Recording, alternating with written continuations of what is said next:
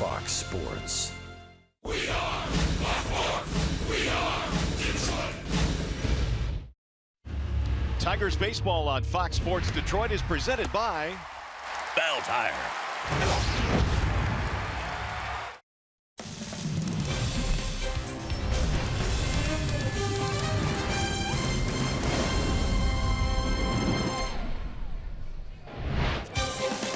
The last time these two teams tangled, they literally tangled. It was one of the fiercest brawls we have seen in Comerica Park history. That was last August, and hopefully calmer heads will prevail tonight. On a cool evening for baseball here in the Motor City, we welcome you to Comerica Park. We're in downtown Detroit tonight. It is Game 1 in this three-game weekend series featuring the Detroit Tigers and the New York Yankees. Hi again, everyone, and welcome to Tigers Baseball. Mario and Pemba, Ron Allen, we are glad to have you with us here tonight for Game 1 in this series. Tigers back home for a long homestand, playing a Yankees team with a lot of expectations this year, Rod, but they're a frustrated bunch right now. No question about that. They are not playing good baseball. They've lost 5 of their last 7 games. Their relievers have pitched more than their starters. Their bats really have not heated up yet. So maybe the Tigers are catching them at the right time, because that was a frustrating series in Cleveland for Detroit as well. It really was. They faced some really good pitching for the Cleveland Indians, and as a result, the Tiger bats come in a little bit quiet in this series, and hopefully they'll start to turn around tonight. Well, it should turn around tonight going up against Jordan Montgomery. They've never seen him before, but he's a left-hander, the first left-handed starter they've seen all year. He does not overpower. You can see what the Tigers hit on the road trip, just 193. So guys are chomping at the bit to get right back out there. But I did like when I came to the ballpark today, Mario, they were doing some early work. They were doing infield work. They were taking extra batting practice. Those are some of the things they did not have a chance to do on the road trip where it was brutally cold. They barely got out on the field. So the weather's a little bit better. Hopefully the bats will speed up again, and let's hope they can score some runs tonight. All right, Game 1 in this series coming up after a short break. We'll send you down to the Coliseum Studios, check in with John Keating. Coming up in this one tonight, the Yankees are in town. That means plenty of star power. Judge, Stanton, Sanchez, and the rest of the Yankees taking on the Tigers tonight from Comerica.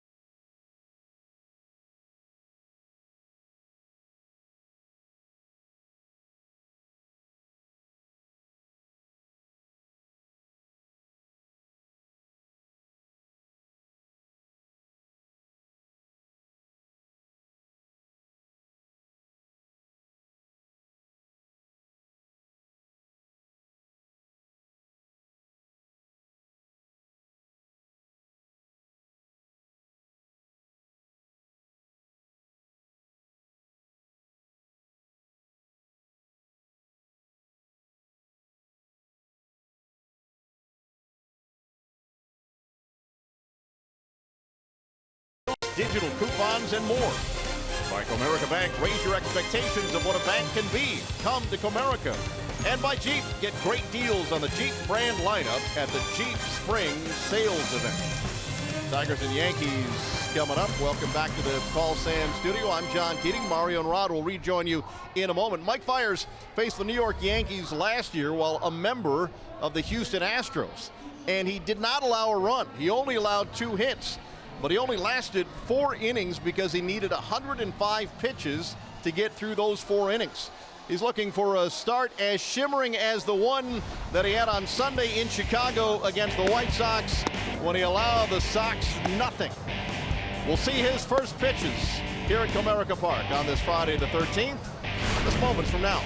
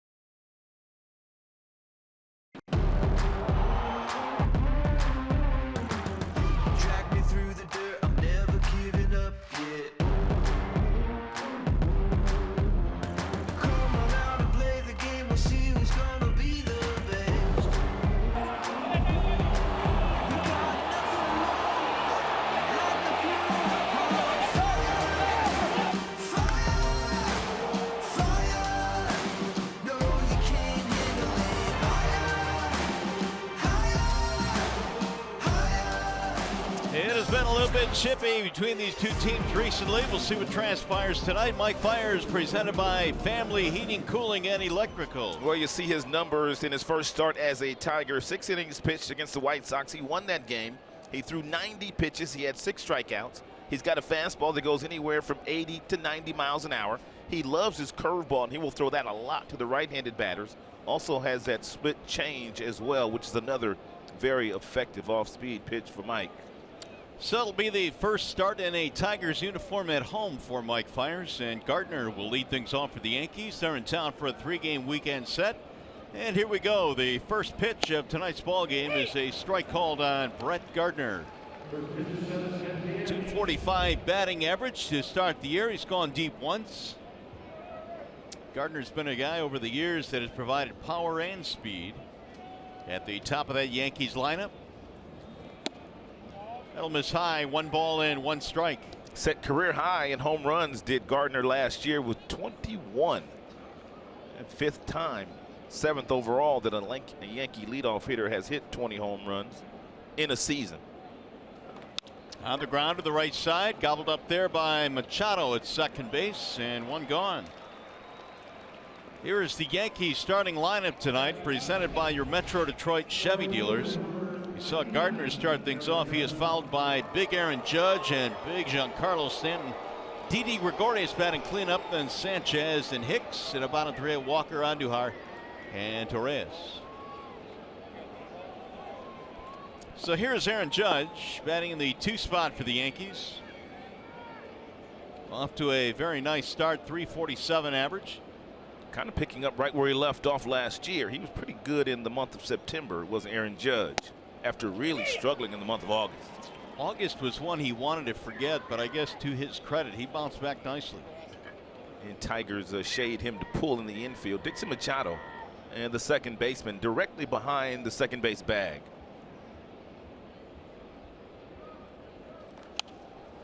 0-2 now on Judge. Fiers has a fastball that will top out at about 90 miles an hour, but yet you will see several of the Yankee hitters here tonight a little tardy on that 88 to 90 mile per hour fastball as we get a look at the defensive alignment. And for the Tigers against Judge, Mike Fiers has a real high spin rate on his fastball, and it looks like it's a lot faster than the 90 miles an hour that it actually is. Here's the 0-2. You know, for so many years we wondered how guys that didn't throw hard, you know, often made guys look tardy at the plate. Now we've got all the advanced metrics, the analytics, and the spin rate to explain it. That's been the secret for Fiers. The 1-2 is fouled off, just got a piece. He's already gone up top with a couple of fastballs. Obviously that's the way they want to attack Judge, but he had a real good breaking ball in his first outing against the White Sox. He might want to disguise his breaking ball as a fastball up top, only to see it come off the table to see if he can get him to swing over the top of it. Judge with a 10-game hitting streak right now. Here comes that off-speed pitch. And he went around. Judge could not hold up, struck him out.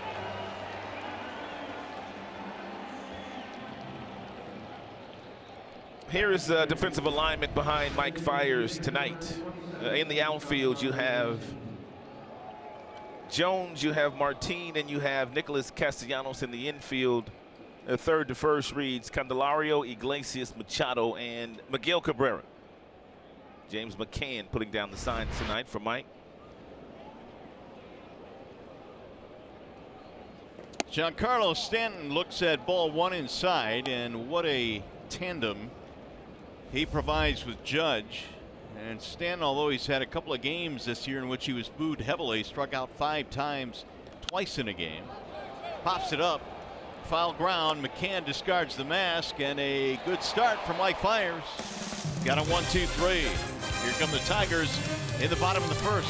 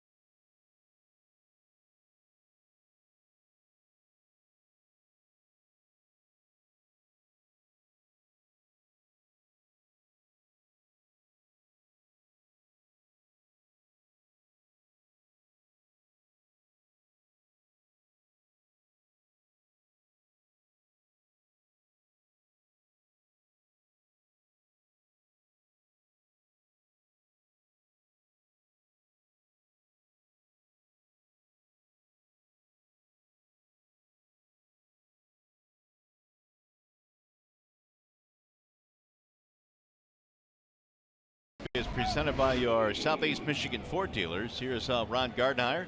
We'll line things up tonight. Martin Candelario Cabrera with Nick batting cleanup. Then Vimar at the DH. McCann will catch. You've got Jones, Iglesias, and Machado in your bottom three spots. And Jordan Montgomery tonight presented by MGM Grand Detroit. And first left-handed starter the Tigers have seen this year. He does not throw very hard. Top fastball gets up to about 91 miles an hour. He loves his slider, curveball, and changeup. I expect to get a lot of breaking balls for the Tigers hitters tonight, just like they did in that Cleveland series. He will not challenge them with a lot of fastballs. Here is Leonis Martin, who has back-to-back three-hit games coming in Cleveland. First time he's done that in his career, and he looks at strike one. Martin's average now is up to 295.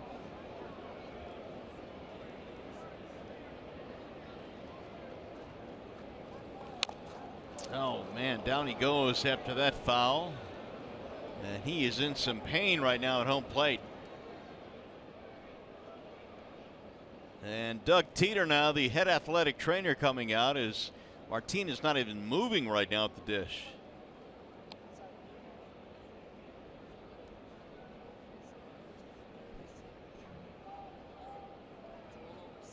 He took one off of his leg, was it yesterday, and went down for a moment but got back up and it was no problem.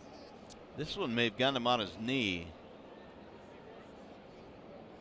Yeah, sure did.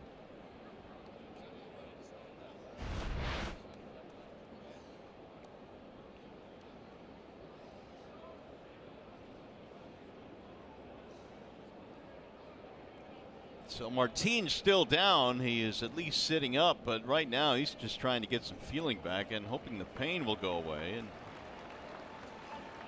limp around. And while we have a moment, let's check in on the New York Yankees defense presented by Tim Hortons. And Brett Gardner, Aaron Hooks, Aaron Judge in the outfield. Aaron Hicks and Judge can really throw. Both have well above average throwing arms.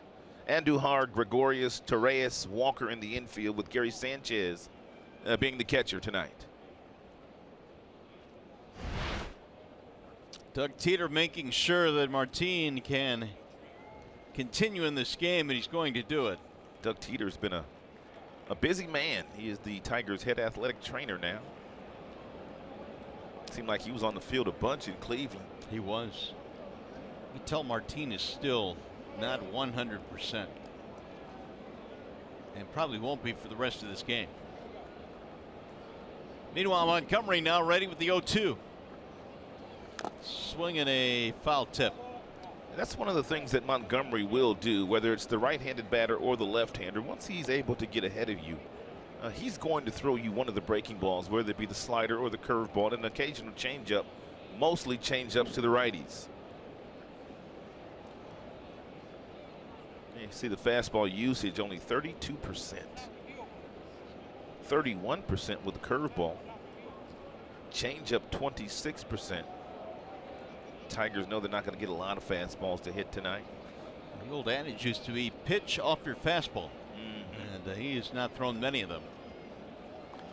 Popped up third base side, foul ground.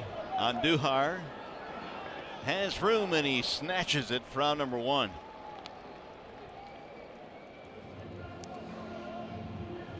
Well, Joe Girardi had been the skipper here in New York, or with the Yankees, for a lot of years. Now Aaron Boone has taken over as the first-year manager of the Yankees.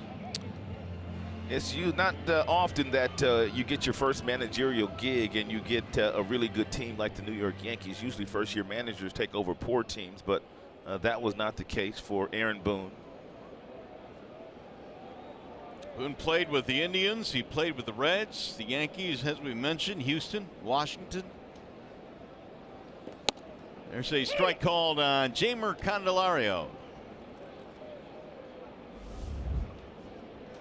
Jeimer off to a 200 start.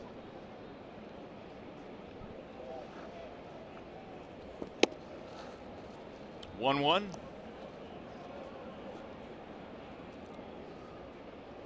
Candelario had that 3 double game on Tuesday. Here's the 1-1 pitch. That'll miss outside. 2 balls and 1 strike. Tigers pretty much ran into a buzzsaw of a pitching staff in Cleveland. I mean, you're talking Kluber and Carrasco, and I guess Tomlin pitched pretty well, and Bauer wasn't too shabby. Yeah, they were awfully good.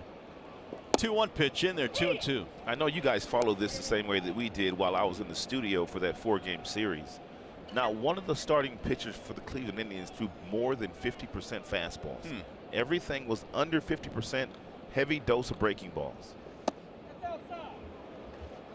3-2. So Candelario, who had a couple of really good at-bats in the ball game last night at Cleveland, making the opposing pitcher work again here tonight.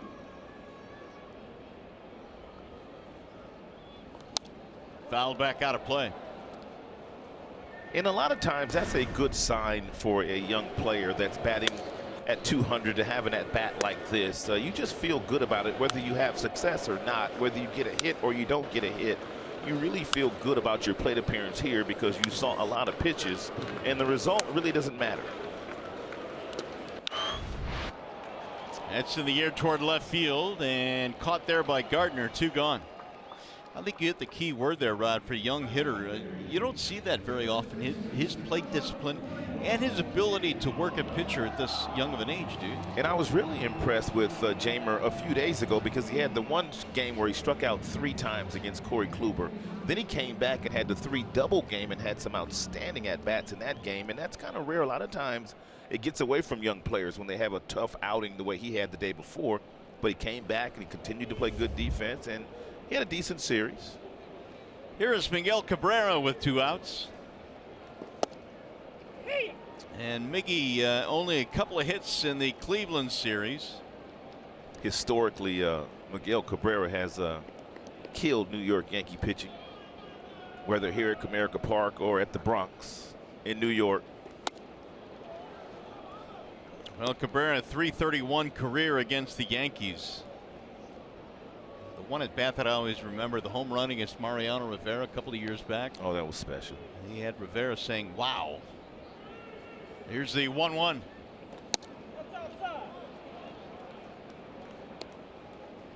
That was a classic at bat. I was encouraged by Miguel's last at bat as well. He whistled a ball down the right field line for a solid single. That's when he's at his best. Hey, by the way, if the Tigers combined for 3 or more home runs in this game, bring a copy of the Tiger Box to a participating Arby's location tomorrow, and you will get a free small order of curly fries. Now Montgomery with the 2-2. And Miggy skies it in the air down the right field line. Long run for Judge, and he'll get there for the out. Montgomery with a 1-2-3 inning, and we'll go to the second.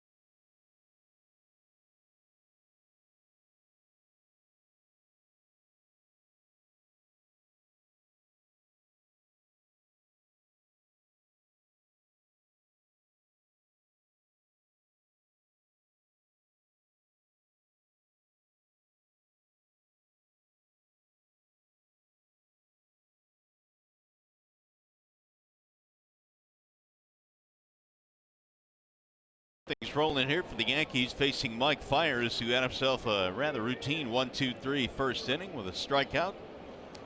Fiers has Gregorius, Sanchez, and Hicks in the second for the Yanks. Playing to pull on Didi. That's jolted in the air to center field, but playable for Martin. 1 pitch and 1 out. Gregorius retired. That'll bring up Gary Sanchez. Fiers in Chicago, 90 pitches, 6 innings, 3 hits, no runs. Really kept the Chicago White Sox hitters off balance with a mixture of fastballs anywhere from 86 to 90 miles an hour. Had a real good curveball that he was spinning up there, along with that changeup that he fades inside to the right-handed batters.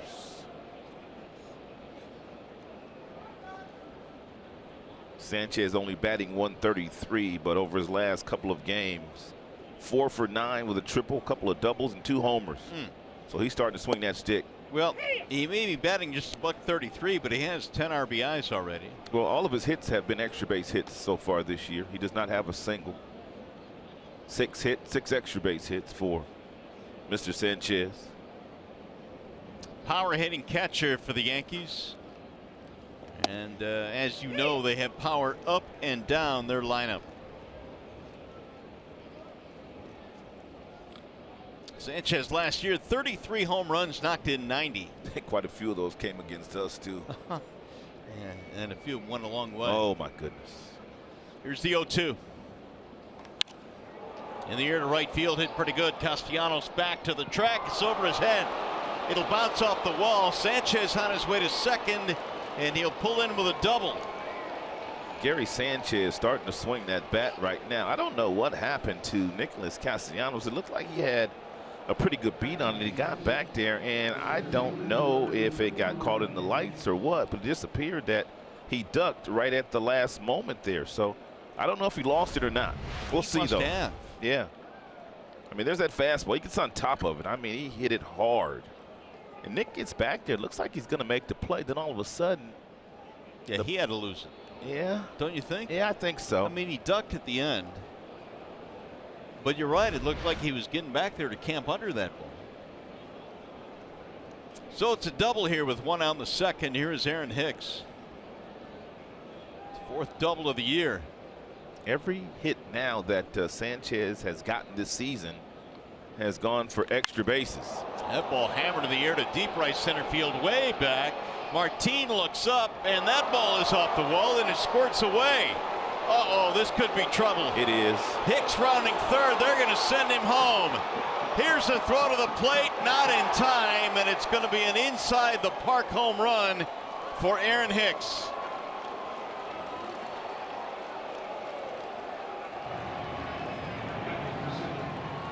That thing kicked away so hard off the wall that Hicks knew he had a chance to round the bases.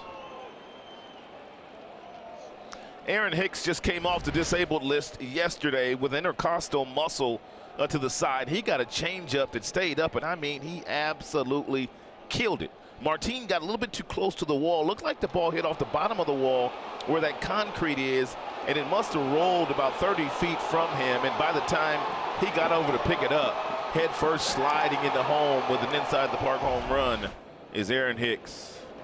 Give that man some oxygen as well. That's rolled to first base off the bat of Walker, who tags the bag for the out.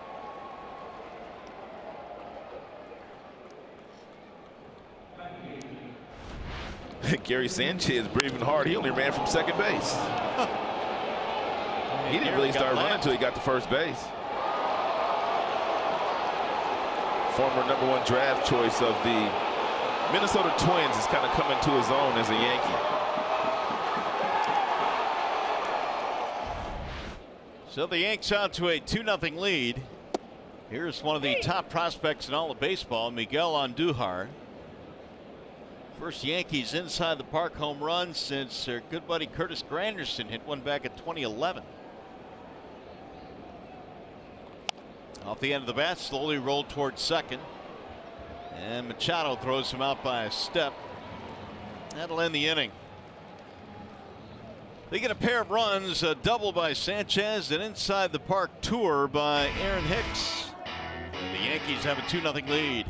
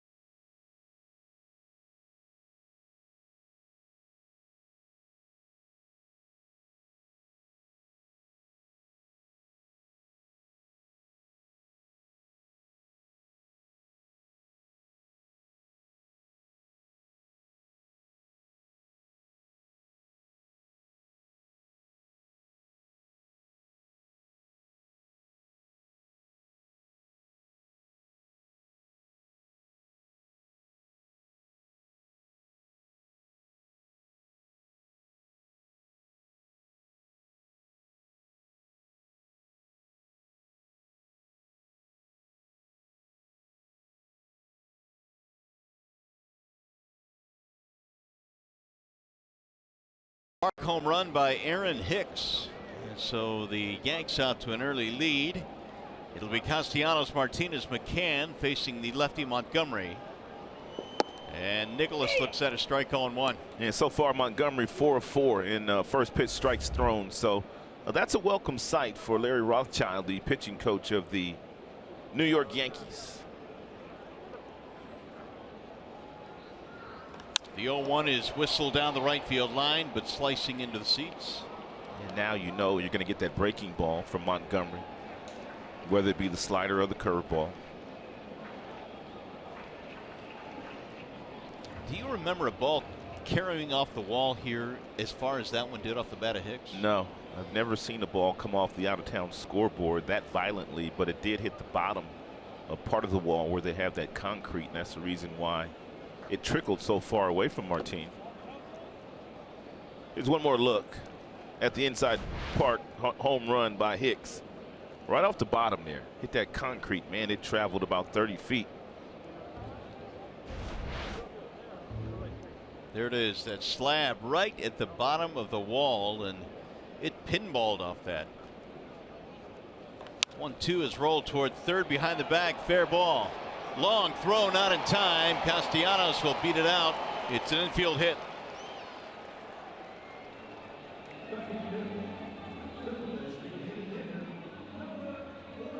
Well, the Tigers take on these Yankees again tomorrow at 1:10. The first 10,000 fans receive a free April in the D Skyline beanie, courtesy of Fox Sports Detroit. Call 866-66-TIGER for tickets. Or go to tigers.com. Tigers have their first hit of the ball game. And Castellanos is busting it down the line. He sure was. It'll bring up Victor Martinez, the DH batting right-handed, against the lefty.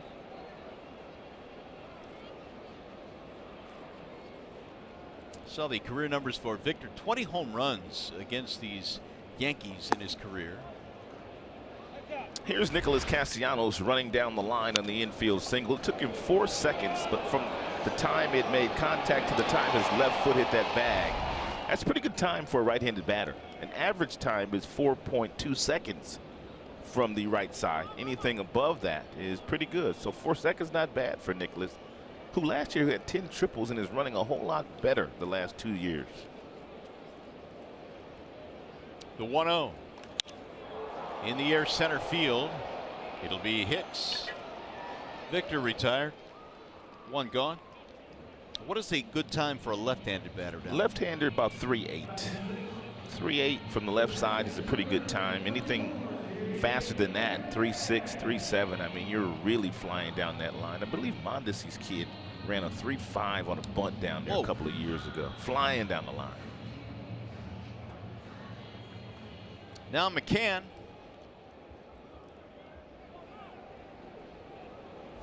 James fighting it a bit right now, is hitless in the series against the Indians. He's always swung the bat very well against the Yankees. Hit 350 against them last season. Well, maybe that'll get him jump started here. Be nice.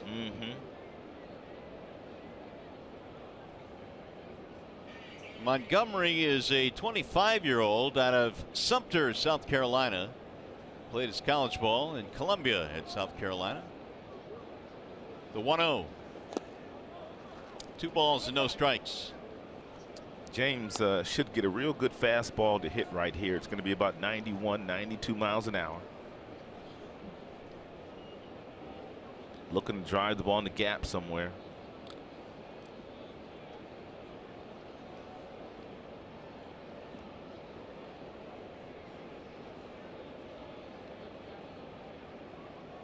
Here's the 2-0.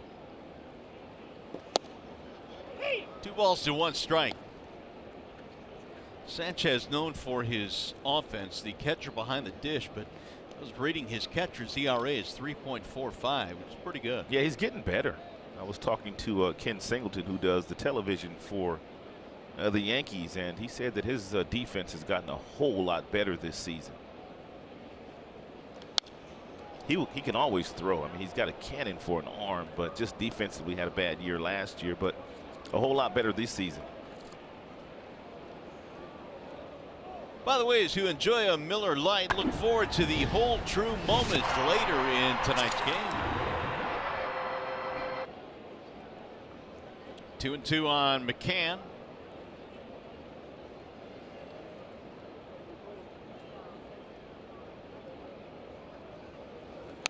Foul back. Montgomery, a really good rookie year last year. 9-7. ERA was 3.88. 29 starts. We must have finished with the Yankees awfully early last year because we didn't see Montgomery. Well, he was up and down 5 times last year and still made 29 starts. But yeah, we did miss him. Maybe they strategically did not pitch him against the Tigers because the Tigers had so many right-handed bats. Good point. Again, the 2-2. Slow roller, middle of the infield. Running scoop Gregorius, and out of there is McCann. Nice little play here by their very talented shortstop, Didi Gregorius. He had plenty of time. Watched the ball in the glove. Nice transfer, knowing that McCann was running down the line. And even though he threw off balance, and threw very accurately over to the first baseman, Neil Walker. Not a real good shortstop in baseball, man. And Didi Gregorius doesn't get the same kind of love that Correa's and Lindors and the Seagers and some of the other cats get. But, man, he really takes a back seat to none of them. At least if you look at his numbers. Jones looks at the ball high. I would bet that if you asked most baseball fans, name the top 2 shortstops or top 3 shortstops in the American League, immediately they go to Correa and Lindor. No doubt. And then it's Simmons. And then it's Simmons. But, you know, and that's fine. I mean, Correa and Lindor are both great players, but Gregorius, I think, just gets lost in the shuffle in New York. Gregorius is going to drive in 100 runs this year. Line to left field, sinking. Gardner comes on to make the catch. Jones is out, so are the Tigers. No runs, 1 hit, 1 left. Still 2-0 Yanks.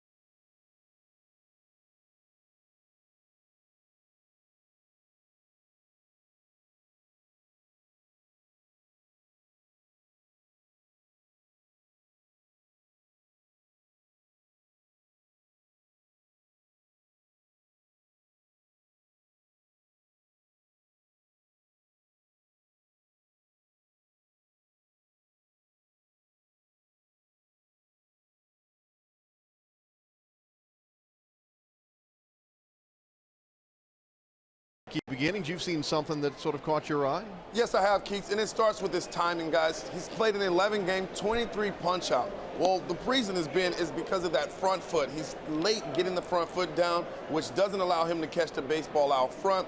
That is the reason right now we're seeing Giancarlo Stanton swing and miss at a very high rate. And we might see him this half inning as we rejoin Mario and Ron upstairs. All right, guys, thanks. Here's a ground ball back up the middle into center field for Ronald Torres. That little cat can hit, man. Yeah. Ronald Torres, and you know what? He's not afraid to swing that bat. It's all, what, 5'7" or so? You don't throw him a fastball. He does not miss them. Yankees have their third hit of the game. Back up to the top of the lineup now. It'll be Brett Gardner.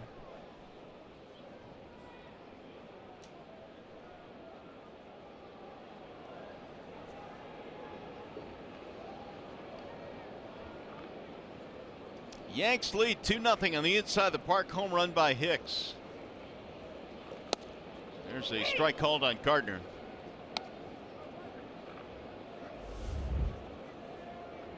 Stole 13 bases last year. A lot of home runs, over 20 homers last year as well for Gardner, who's been a good combination of speed and power at the top of the Yankees lineup.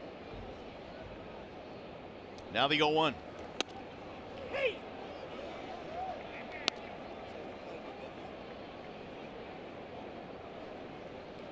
And Brett Gardner is the longest tenured Yankee and has become quite the leader to a by and large young team.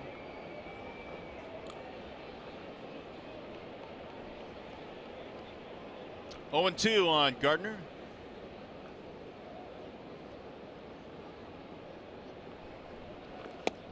Missing high and away. You know, for all those years you had what do they call them, the core 4 in New York. Right. You had those guys that were around a long time. Of course, Derek Jeter led the way. You had Posada, you had Bernie Williams. I mean, these guys were, Andy Pettit. And Andy Pettit. These guys were the Yankees. Yep. For a decade plus. They won a lot of championships too.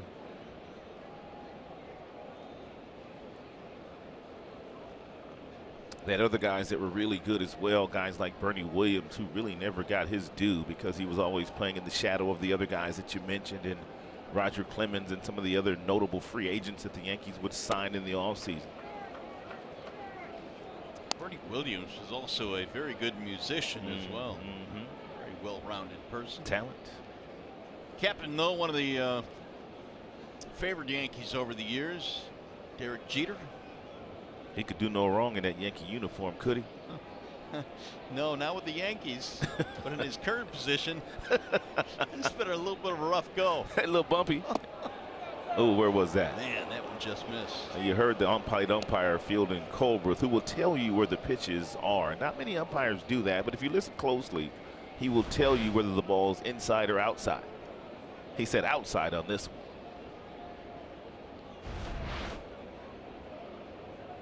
More than likely, Torres will be on the move here. Ooh, almost threw it away. 3-2 count, nobody out. I think Aaron Boone, the new manager of the Yankees, has enough trust in the batter and Brett Gardner to put the ball in play. If not, the way James McCann's been throwing the ball, it'll be 2 outs if he strikes out. Runner holds and is flared in the air toward left. Jones under it, but it's Martin who steps in front of him and makes the catch. Let's take a look at our Bell Tire pitch by pitch and how Mike Fiers went after one of the more dangerous hitters in all of baseball these days. Everything was for the most part up top, and to Aaron Judge, and most of those were fastballs.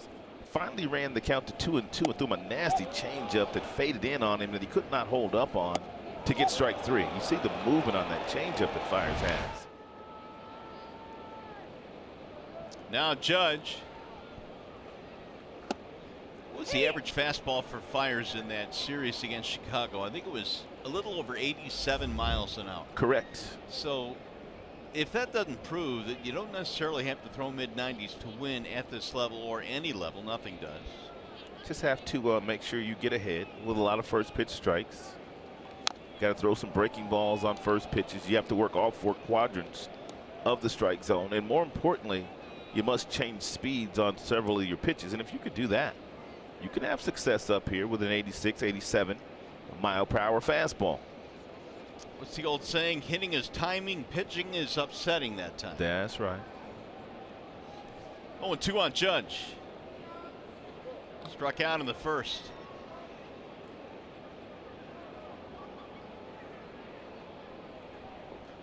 Torres draws another throw.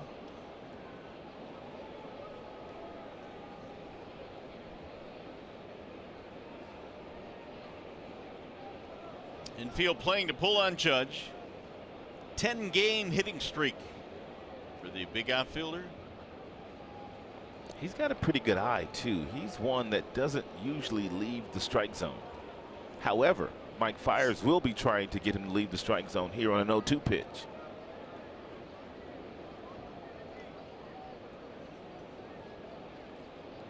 Judge listed at 6'7", 282-pounder. And he wouldn't leave that strike zone.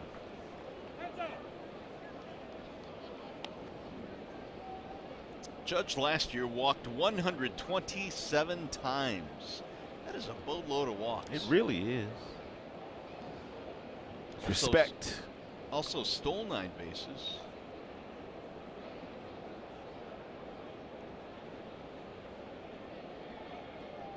The 1-2.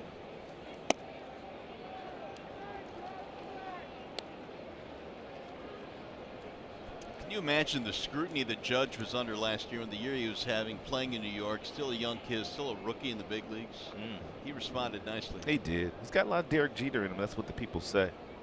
Carries himself the same way that the former Yankee captain carried himself. 3-2.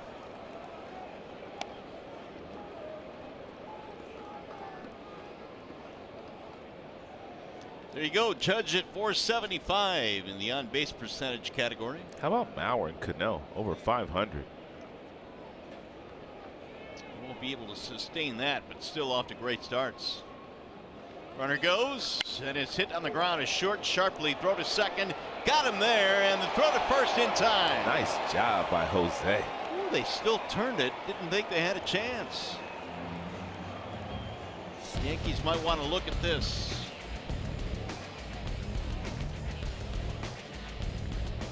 Boone right now trying to decide whether or not to challenge that play at second base. It was close.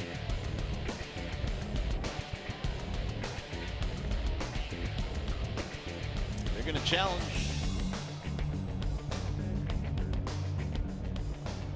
He's safe. Yeah, he sure is.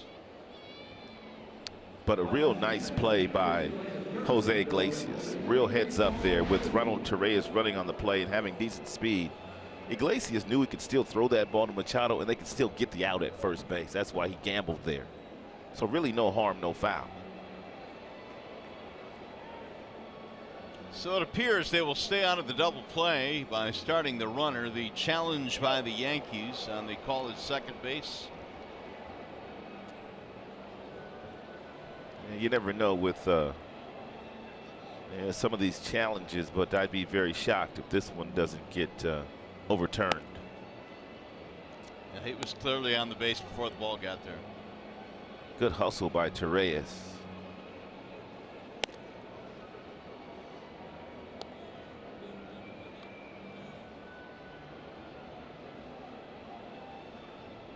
Some of the challenge numbers this year, a little over 40% have been overturned. Calls have been overturned.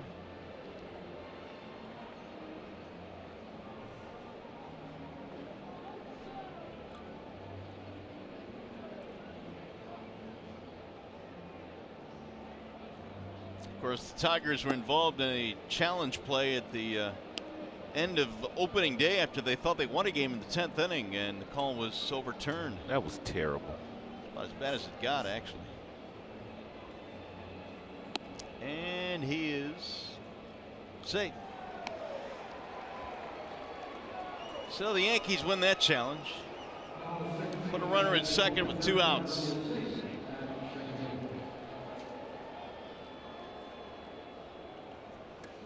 They'll keep the inning going now for Giancarlo Stanton. Stanton really has been chasing a lot of fastballs up in the strike zone all season long, and his chase rate on that particular pitch is about as high as you can get for a right-handed batter. Just cannot lay off that fastball up.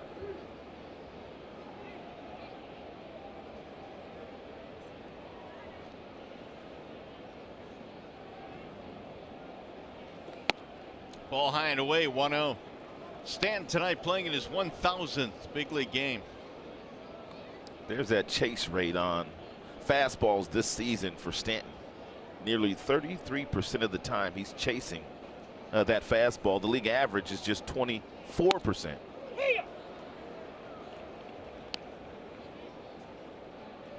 One ball, one strike. Yankee fans have not been really kind to Stanton either. No, they haven't. And I think impatient with their start overall as well. Well, the Yankees really haven't performed all that well. They've made 13 errors. They've played 13 games. In the last 4 games, the relievers have pitched more innings than their starters. So they haven't started clicking on all cylinders yet.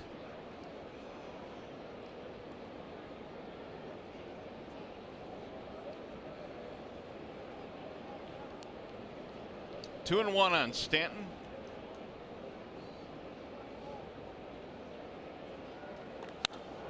Pulled to left, but it's going to hook foul. Here's Chevrolet's most dependable players. We're going to talk about Aaron Judge and Giancarlo Stanton. And first, respectively, in both leagues last year with home runs. Look at the exit velocity.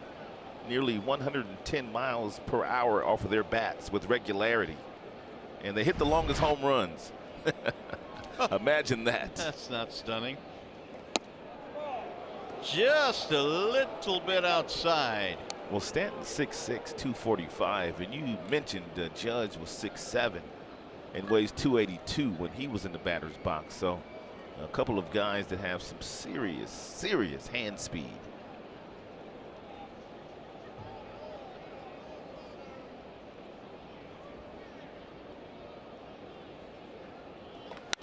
On the ground to the shortstop. Iglesias had him played nicely. Will go to third, and they will apply the tag on Torres to end the inning. We'll go to the bottom of the third, 2-0 Yanks.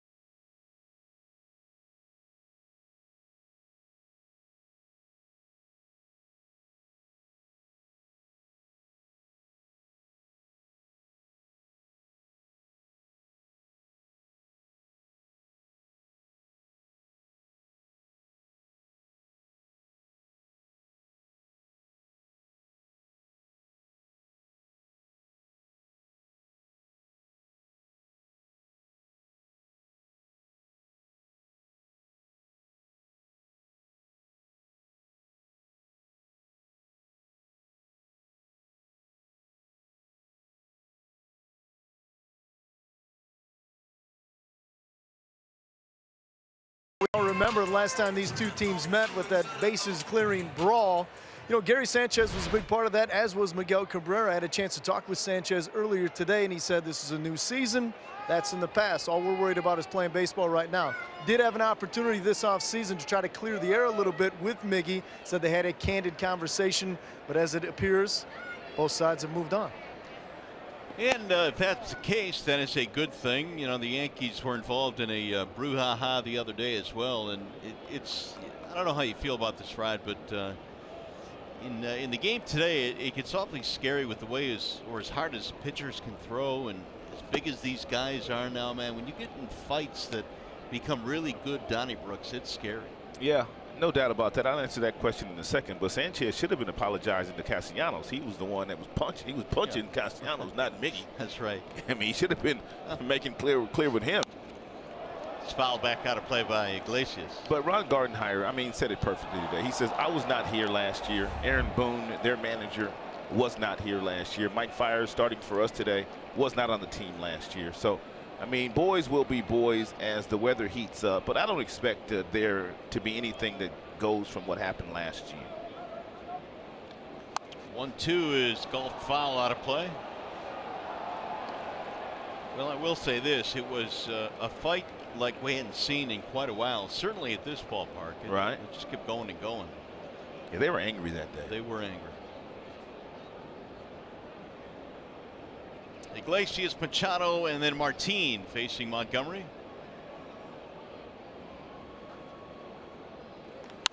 Chop to the right side. Little Torres cruises over and makes the play. Here's a flashback to last year after Tommy Cantley threw one behind Miggy.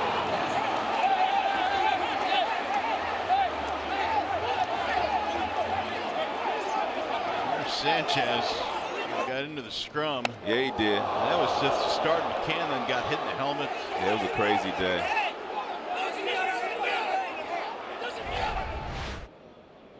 It's a wild day.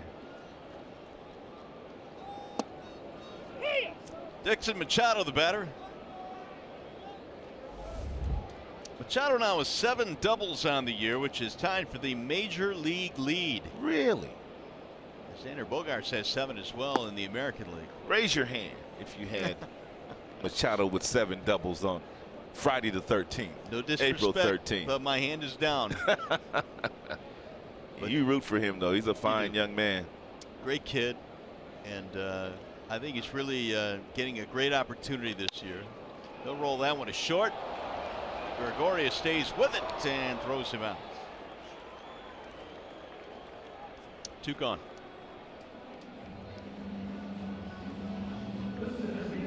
Time now for the Bernstein advantage. Sean Leonis Martin, who stands in. Here are the numbers for Martin on the last road trip. Pretty good. Well, the only Tiger to hit better than 250 on the trip. He hit 370. I can't believe you left him out there again today. You had the first pick and picked the stick. He got you 6 points yesterday, and you didn't take him. Well, now you had the second pick. Who did you select? I took Mickey today. Yeah, okay. You didn't pick him either. There's a ball up high. And I needed it too because pick the stick was just not going very well for me. It's a long season, man. It is. Long season. I found that out last year when I choked away the lead. Martin swings and fouls it off. He banged one off his knee in his first at bat that kept him on the ground for quite a while. So far, Montgomery kind of having his way through the Tigers' batting order the first time through. Only 1 hit and not a lot of hard contact against Montgomery, the left-hander.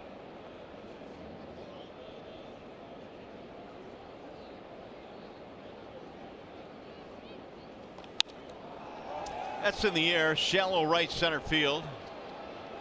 Hicks comes in to make the catch, and Montgomery with a 1-2-3 inning. Tigers baseball tonight presented by Bell Tire.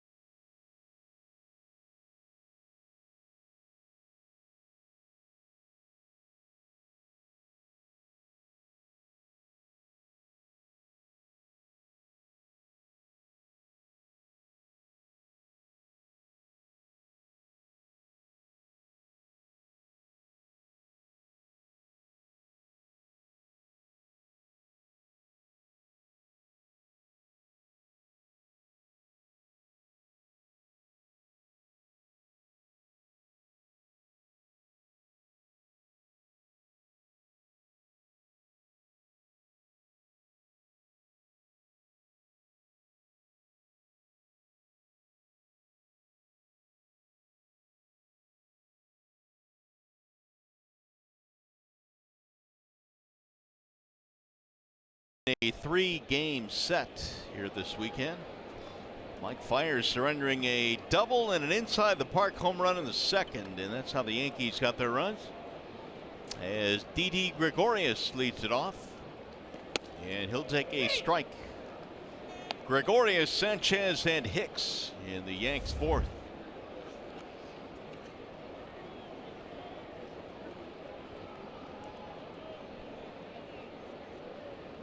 Playing to pull on the infield against Gregorius. Ooh, what happened there? Looked like it slipped right out of his hand. Just a bit outside, as Javier would say. 1-1.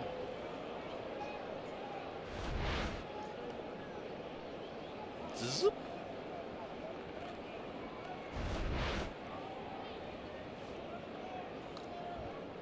Here's the 1-1 pitch. It'll chop her back to the mound. Gregorius is out, one away. Here is the 1-800 call Sam calling the game. Mike Fiers shows us his changeup grip, and he's had a beautiful one today.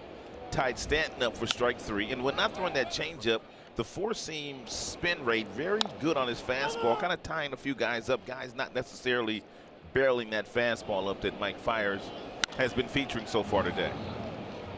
Tigers just need a little offense. 61% fastball tonight for Fiers. It'll bend low and away, 1-0.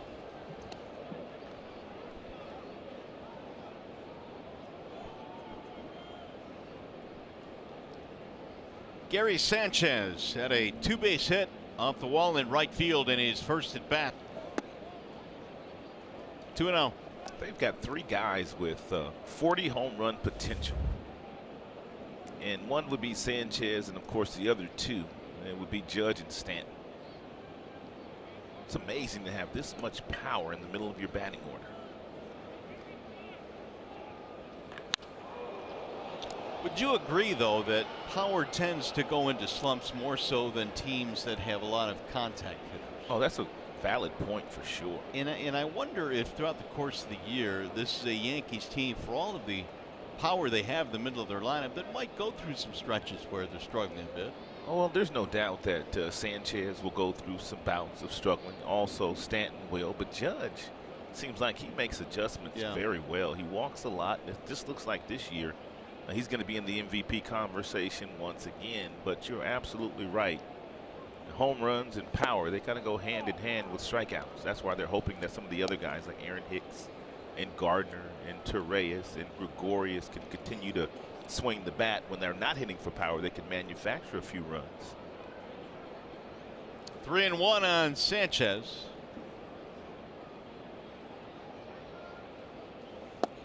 In there, a strike called. He was headed to first base and called back by Field and Culbreth. Down. You don't want that to be down. And Culbreth now letting the Yankees bench have it. He was hearing a little bit of chirping. Yeah. What they used to say about that, umpires have rabbit ears. Rabbit ears. He's not having it. Nope. Whoever's chirping over there, he let him know. 3-2. Swing and a miss. Sanchez is gone. Let's bring in Johnny Kane. Johnny.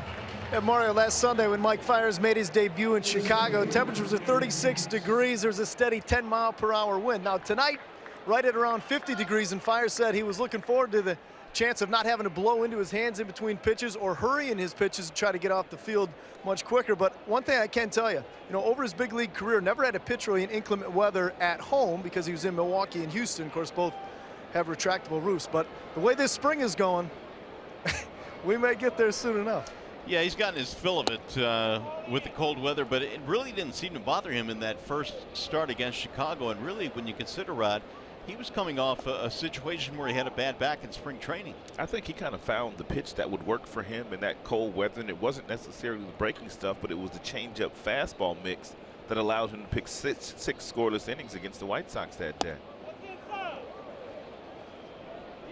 2-0 on Hicks. They appealed down there. They say that he held up.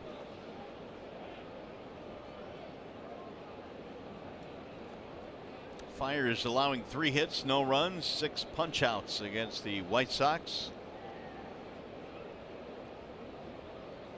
Here's the 2-0.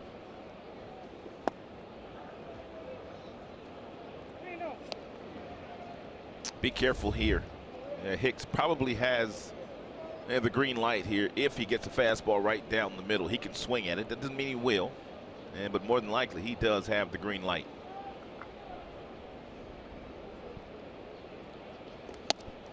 Ball 4.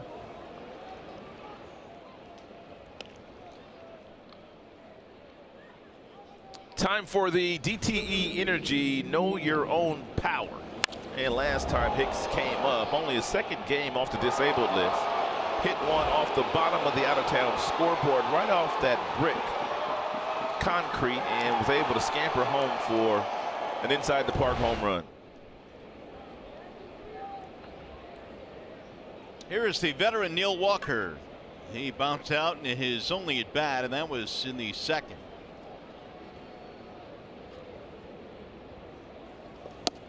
Walker's signing becoming a little bit more important now. They Yankees signed him up late during spring training. They've had some injuries. CC on the DL and Drury, their third baseman, on the disabled list. Walker, a veteran that has been around a long time, mostly with the Pirates. Came up with the Pirates, former #1 pick. He's got some really good numbers in his career against Mike Fiers, which is probably the reason why he's in the lineup today. Outstanding changeup thrown there by Mike Fiers.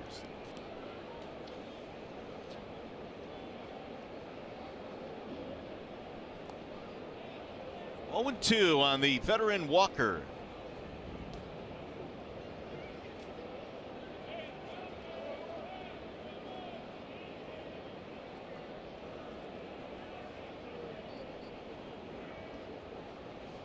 You're not kidding. He came in 9 for 19 with a home run against the right-hander Fiers. Yeah, 474 batting average.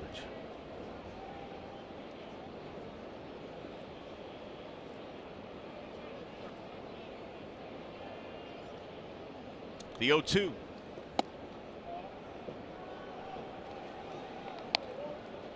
Duhar waiting on deck.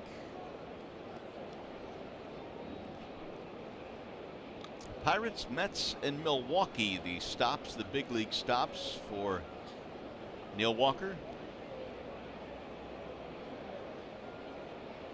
Still has power in that bat. 14 homers last year. Pittsburgh has kind of changed their identity the last couple of years with McCutchen and Garrett Cole leaving. 2 years ago, Neil Walker left. Roster turnover. Runner on the move and a strike called. Walker didn't like it. Slams the bat to the ground and the inning is over. Third strikeout for Fiers. We'll go to the bottom of the 4th. Jeimer Candelario will get it going for the Tigers.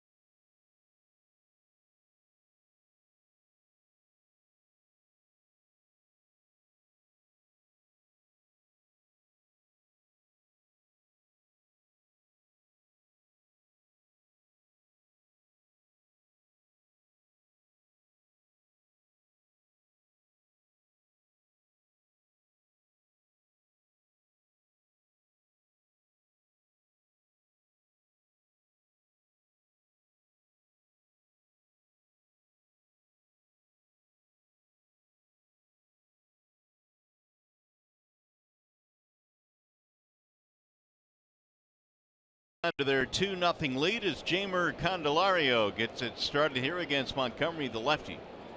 And Jamer looks at ball one. Candelario, Cabrera, Castellanos, 2, 3, and 4 in Ron Gardenhire's lineup. Jamer lined out to left in his first at bat. The Tigers have only one hit so far, an infield single by Castellanos in the second. It's in there, a strike, 1-1. Montgomery only 5 of 11 in first pitch strikes, but yet, even though he's fallen behind some hitters, he's been able to get back in the count. And as I said earlier, and Tigers haven't been able to figure him out yet. That'll bounce in. There's Larry Rothschild, long-time pitching coach and a real good pitching coach, former manager. As a matter of fact, he was the first ever manager of the Tampa Bay Rays, wasn't he? He was indeed. He was Jim Leland's pitching coach on the 1997 World Champion Florida Marlins. Ooh, you're full of information today. Larry's well respected, man, and a real good person.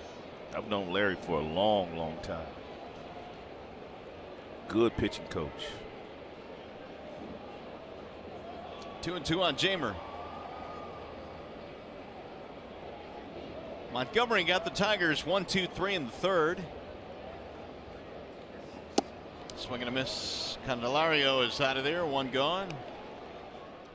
First strikeout. Tigers fans, help us support breast health awareness this Mother's Day, May 13th, by pinking out the park. Special ticket packages include a t-shirt and donation to the Karmanos Cancer Institute.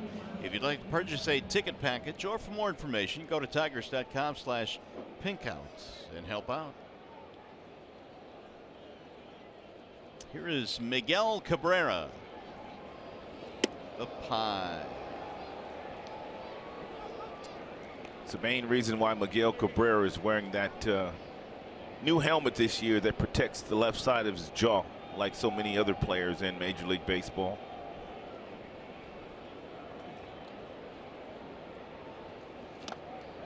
Becoming more and more commonplace, that's for sure, and we're seeing, you know, small guys, big guys, doesn't matter, everybody's wearing them now. Well, it used to be that guys only wore it, guys that had been hit in the face before. Now you have guys that are wearing it to protect themselves, because so many pitchers are starting to pitch inside, guys with high velocity. They're going back in there on Miggy again. 2-1. Mickey, over the past couple of years, has started getting this treatment of being busted inside quite a bit. The 2-1. Oh, look out. That ball got in their dugout in a hurry. Look out, CC. It's already on the DL. Yeah.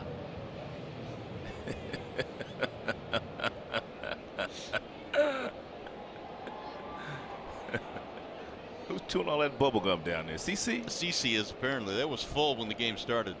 Oh no, he's got seeds going, I guess. Here's the 2-2, and Miggy drives one to right field, slicing to the corner. And Judge makes a leaping attempt, but he can't pull it in. Well, if he can't pull it in, no one can. He stands 6 feet 7 inches.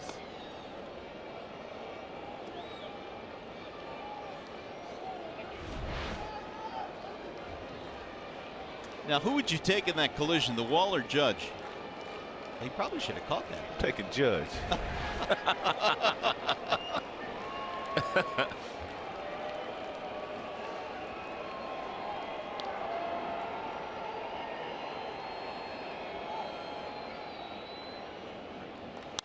Line drive to right, base hit. And Cabrera is on with a one-out single. That boy Miggy. Nice at bat here by Miguel Cabrera. Montgomery tried to bust him inside earlier in the count with some decent fastballs. One up, the other one in. Then he went downstairs with an 80-mile-per-hour breaking ball. Miguel stayed behind. Look at the balance here, Mickey. Look at him stay behind the ball. Look at the head, the concentration. Straight down on the baseball. That is wonderful concentration. Tigers have their second hit. That'll bring up Castellanos. He's got the other one, an infield single. Wave and a miss. 0-1 on Nicholas. Well, that's what the Cleveland Indians did a lot of in the 4-game series. Lots of first pitch breaking balls to not only Castellanos, but a lot of the Tigers batters. That Cleveland team, man, they really weren't even hitting the baseball, Mario, and they still won 4 games. They were batting when we went to Cleveland 150 something as a team. Fly ball right field, hit pretty good. Judge will go to the warning track though and haul it in. Tigers are starting to have better at bats against Montgomery. Second time through the batting order. It's always the advantage pitcher when you've never seen a guy before. And this is the first time that many of the Tigers hitters have seen Jordan Montgomery. How much does video become part of your preparation if you've never seen a guy? It's key. I mean, you want to watch it. I saw several guys downstairs on the couch watching some video of Jordan, but really until you get in that batter's box and you stand 60 feet 6 inches from him, you don't really get a true true indication of what his pitchers are doing in the strike zone. Vemard lofts one in the air to shallow center, and it'll be Hicks to end the inning. No runs. 1 hit, 1 man left. 4 in the books. 2-0 New York.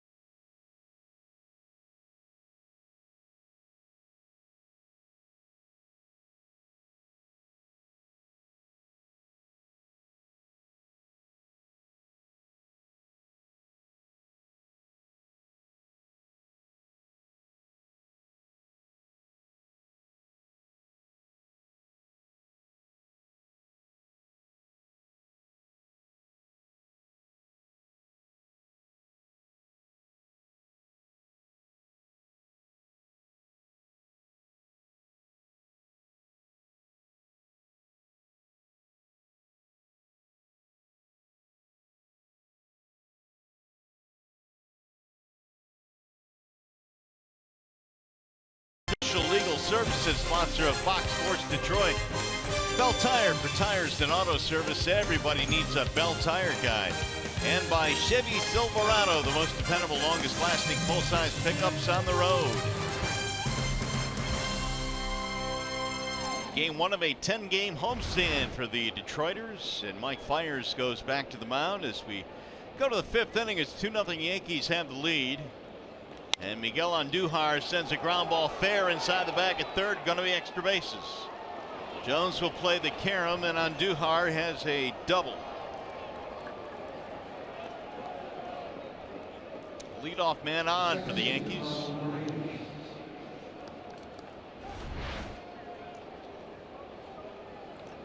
It's a changeup that kind of tailed right into the happy zone of Andujar and hit that ball right past Jamer Candelario right down the line. And this much we do know about Ronald Torreyes. He will not be in the batter's box very long. He swings early and he swings often. Look at that bat. It looks like as big as he is. We got to get the official height and weight on Mr. Torreyes. About 5'7", 5'8", probably. On his tippy toes. 0-1 on Torreyes. We do know this, though. He can play. No doubt. 353 against Tigers pitching last year. 2.9 4 pitches seen and per at bat. He doesn't stay around long. Major league average is about 4 pitches per at bat. 5'8", 155. 5'8", 155. Yep. Well, we watched Jose Altuve win an MVP last year. He's not much bigger. Nope, not at all. Mr. Torres, a native of Venezuela.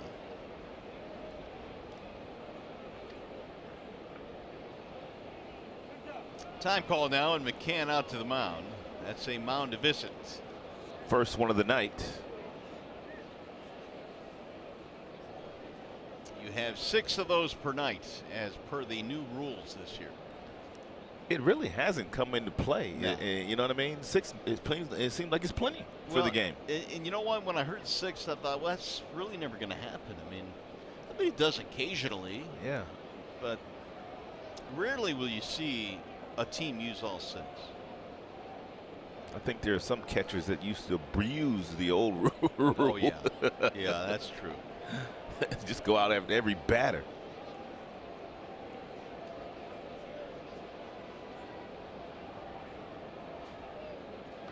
Torres sends a chopper up the middle.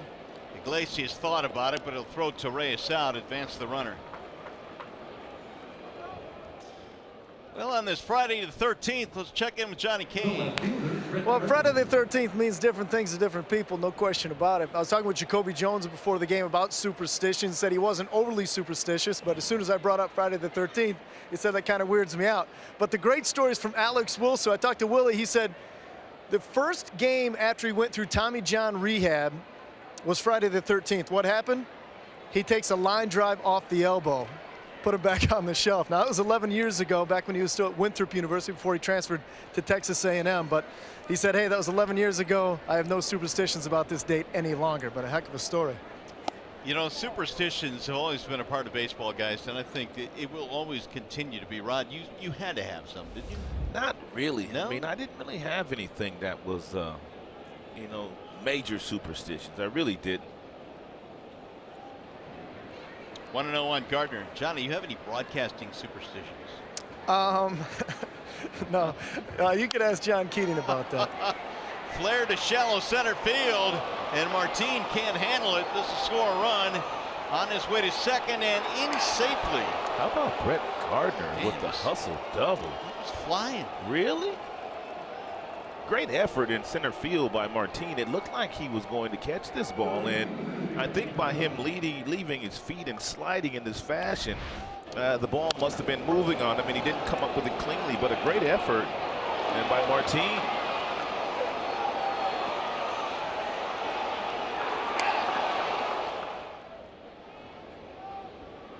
Double RBI for Gardner. Close play at second.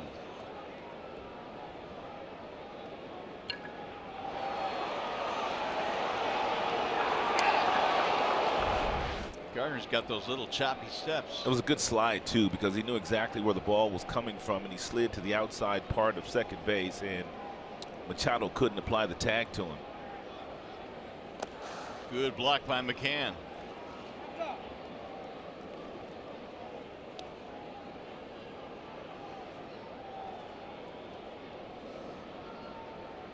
Judge a strikeout, a ground out. And Brett Gardner can really run, so you always want to keep an eye on him if you're Mike Fiers.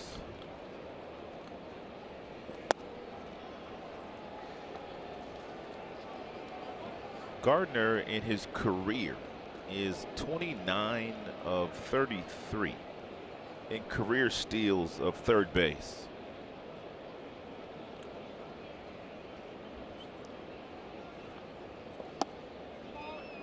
Three-0.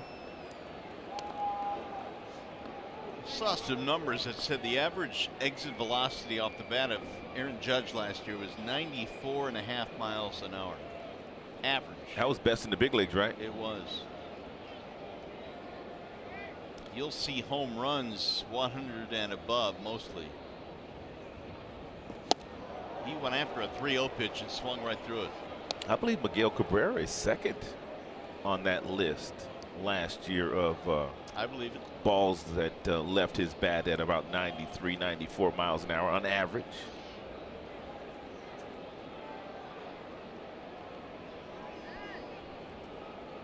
Fires down with the 3-1.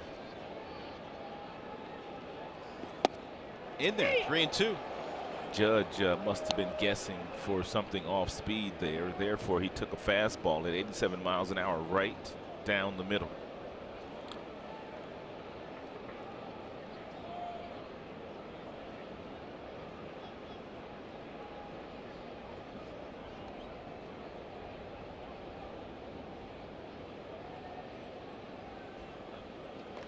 Ground ball right side. It's going to get through. Base hit.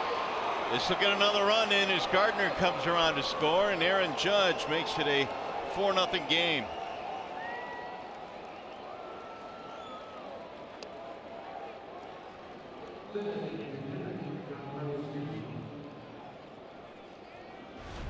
And Tigers playing Judge to pull.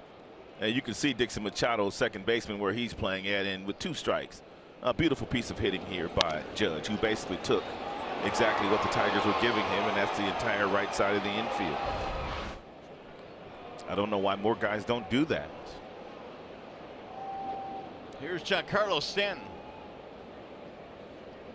I wonder if it's that just a lot of hitters believe that even with the shift, they're going to stick to what they feel is best, or I don't know, maybe they have the ego to think that it doesn't matter a shift. I think the second is probably more true than the first. Yeah. A lot of ego. But Judge simply took that base hit the other way. 1 ball, 1 strike. And Mario told you that Aaron Judge, for all his power, it did steal 9 bags last year.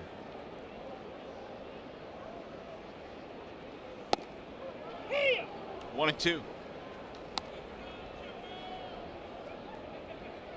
Fires now at 70 here in the 5th inning, and you see that he's had a couple of lengthy frames, a 20-pitch third.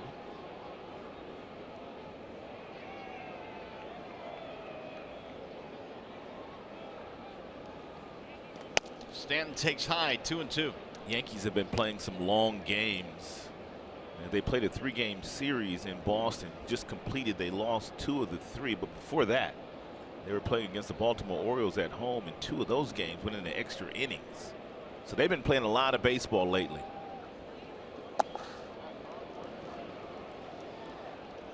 As much as Stanton strikes out, it'd be way too risky here to Agreed. allow Aaron Judge to take off from first base, wouldn't it? I would think so. But you never know. We'll see what Aaron Boone is thinking here, the manager of the Yankees. Stanton this year with 2 5-strikeout games.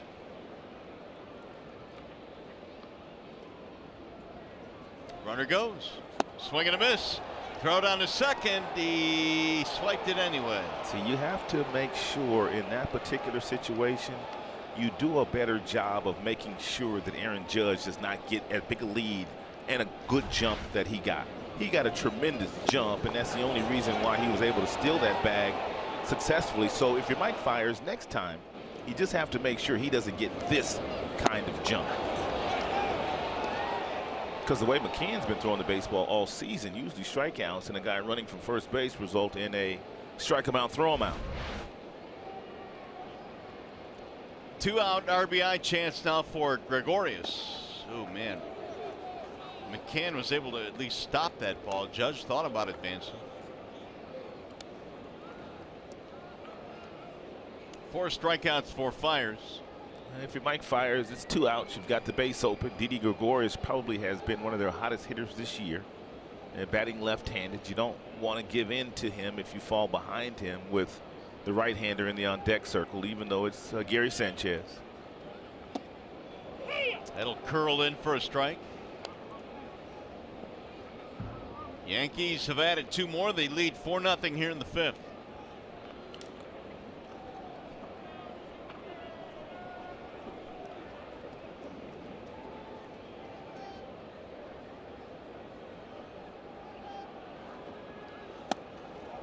make him dance. 2-1.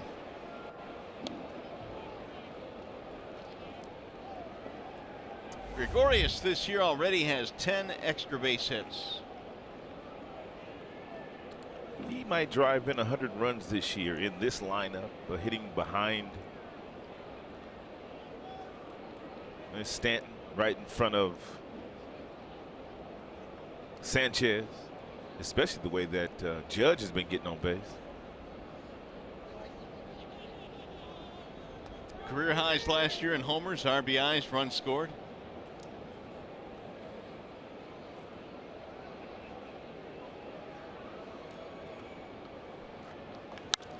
Pull on the ground to the right side, but out there in the grass is Machado, threw it away.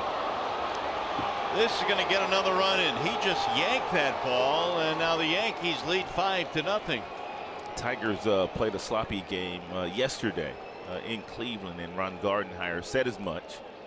But Ron Gardenhire said that's part of the game. There's going to be some growing pains, especially with a by and large very young infield at second and third base.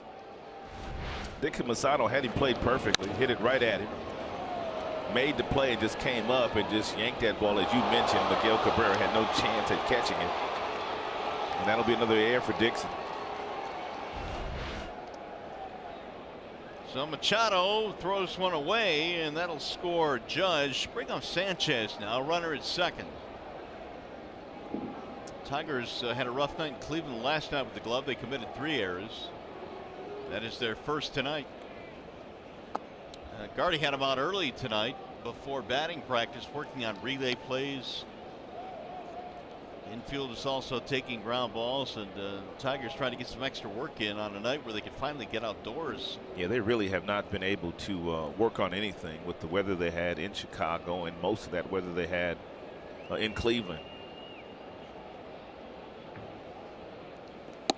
In there, a strike called, 1-1. I was listening to some comments by the Minnesota Twins manager, Paul Molitor, and said he is tired of his hitters coming in and huddling around the heater. Guys not necessarily thinking about their at-bats, but guys just trying to get warm. That's just how cold it has been at the start of this season. Chopped to third behind the bag, Candelario. His throw is in time. Nice footwork there by Miggy to end the inning.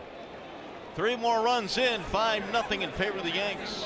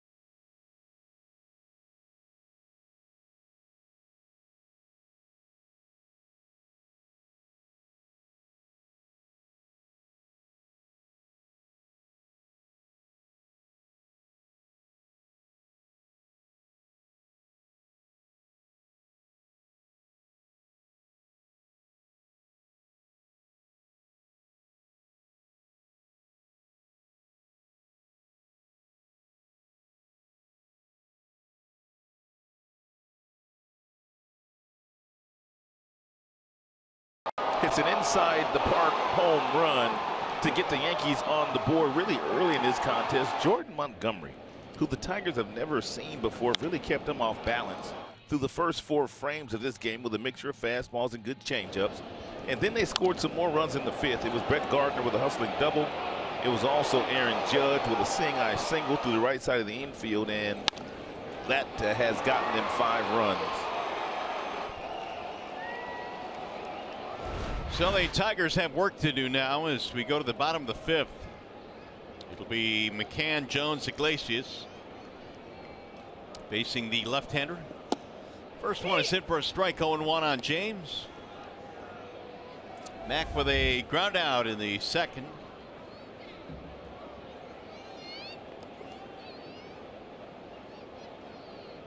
.350 last year with a home run against the Yankees. Drives this one in the air toward left center field. He put a charge into that one, and that ball is going to go. It's out of here to left center field into the bushes, and the Tigers are on the board. That one sounded really good.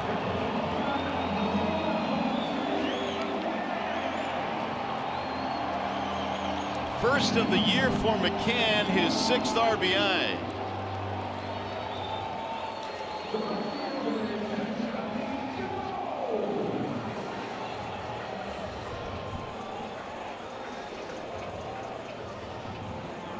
McCann flexing his muscles. You can flex them when you hit them that far. My goodness.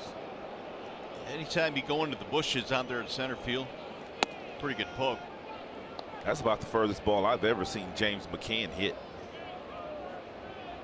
First home run of the year, and it's RBI number 6 for James. And the Tigers have their 3rd hit of the night. Whistled foul.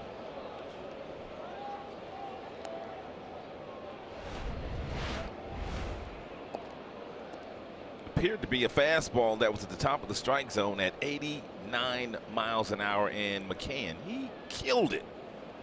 My goodness.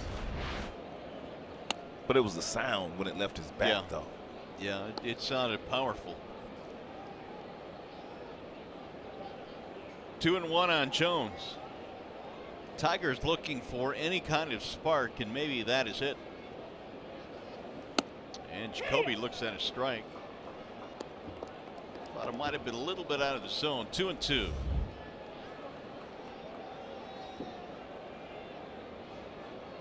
Jones hit a ball hard his last time up, lining out to left. And Jacoby now will see his playing time elevate a little bit with Matuk going down. Great balance throughout this swing. When you hear guys talk about rhythm and timing, that's exactly what this was. Exit velocity nearly 108.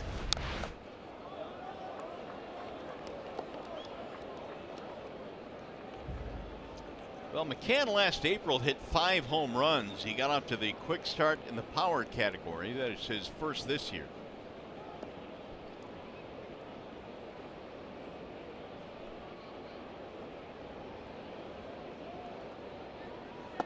And Jacoby takes low, run it full now, 3-2.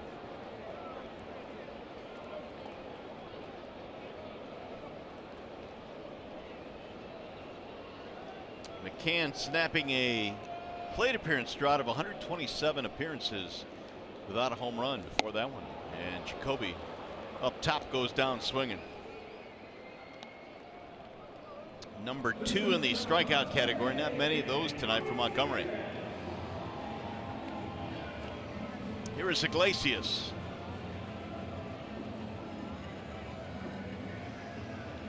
And Montgomery not really known as a guy that's going to strike out a bunch of people. He had 4 strikeouts in his first outing. He also had 4 strikeouts in his second outing of the year against the Baltimore Orioles. Strike 1 on Iglesias. 4-3 ground down his first at bat. He also had good numbers against the Yanks last year. 7 for 13. Flared in the air to center field for Hicks. 2 gone.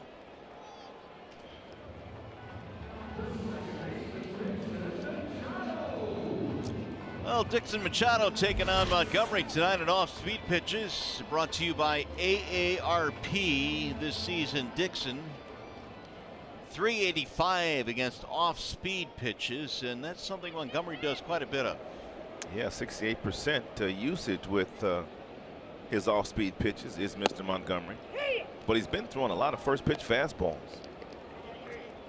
Got one in there for a strike. And he wasn't very good with his first-pitch strikes through the first 3 frames, but he's gotten really good in the last 2 innings with getting ahead of the Tigers. And Montgomery's thrown 69 total pitches. 50% of those fastballs and the other 50% off speed. Machado bounced out to the shortstop. That was back in the 3rd. 5 hits on the road trip. Ground ball to 3rd. Right there is Sandujar, and he'll throw him out. Inning over. Tigers get on the board, though, thanks to James McCann. He powered this one over the center field wall. 5-1 Yankees.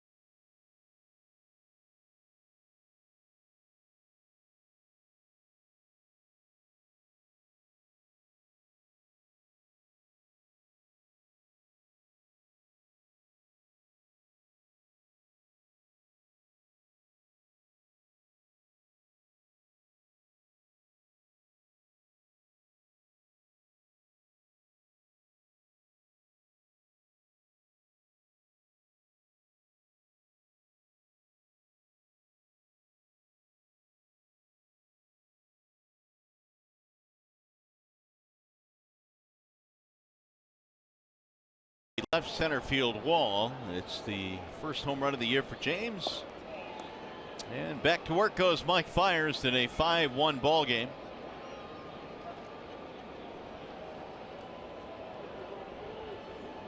Aaron Hicks will get it started, and he drills one foul to right field. Aaron Hicks, man, the last couple of years has really come into his own in a Yankee uniform. Former number 1 draft choice of the Minnesota Twins. Never really performed all that well in their uniform in the big leagues, although he's real good in the minor leagues. All of a sudden he gets traded to the Yankees and he's performing. So is he a late bloomer, or was it a change of scenery? I think it's a little bit of both. Sometimes high school kids take just a little bit longer to, you know, figure it out. Oh my goodness. Oh man, that ball is belted way back into the seats in right. Aaron, stop it. My Hicks goodness. with a long home run. That's his 2nd home run of the day. He had to run around the bases for his first one. It was an inside the Parker. That one, Castellanos didn't even move on. He's trotting on this one.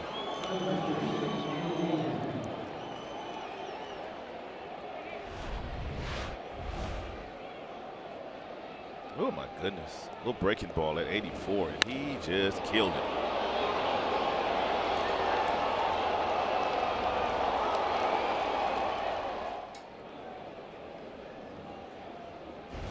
Second home run of the night for the Yankees, and both of them belong to Aaron Hicks. Hicks just came off the disabled list yesterday. This is only his 2nd game of the year.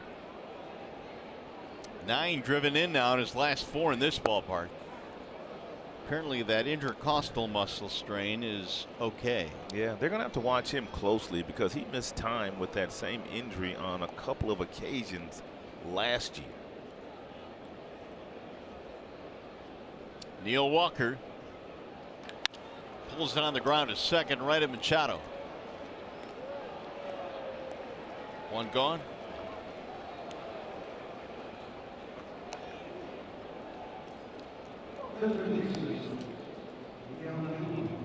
Here is our Xfinity high-speed pitch on Mike Fiers. Top fastball tonight reaching 90 miles an hour. A low of 67. Courtesy of Xfinity. Here's Miguel Andujar. Right back up off of Fiers, who knocks it down, and his shovel toss in time. 2 away.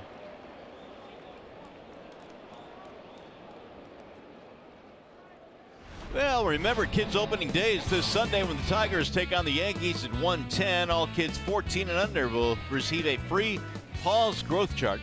Currently for a special kids block party near the Big Tiger at Gate A. If you'd like tickets, go to tigers.com or it's 866-66-TIGER. You want to make sure that Fiers is all right. This will not be a charged mound visit. And where to get him at?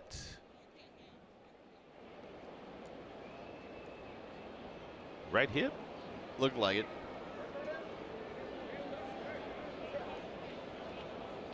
Next time, he's got to turn a little bit more. Make sure it gets you in the backside. Get you in a good spot. More padding? Yeah. Would you like to say some of us have more than others? Some of us have a little bit more than others. Fiers appears to be okay, and Ron Gardner making certain.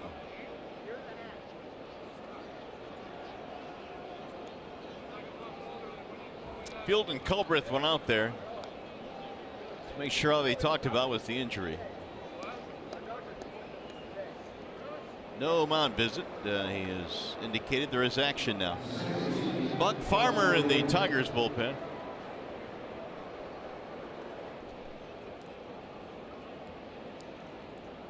(6-1) Yankees have the lead. Here is Ronald Torres. He wouldn't swing at the first pitch again, would he? Watch him. Here he goes. He took one.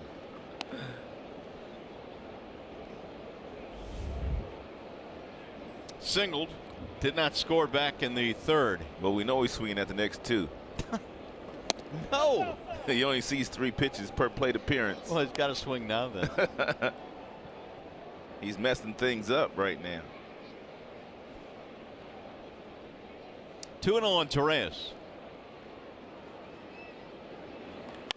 Driven to left center field. That'll get down, base hit. He don't miss fastballs, man.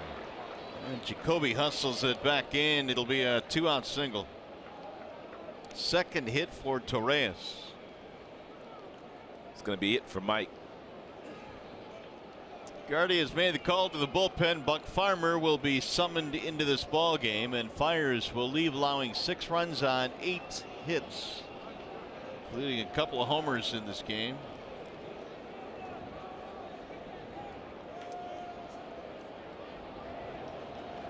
So the Tigers go to the bullpen here in the 6th inning. Will step aside. 6-1 New York.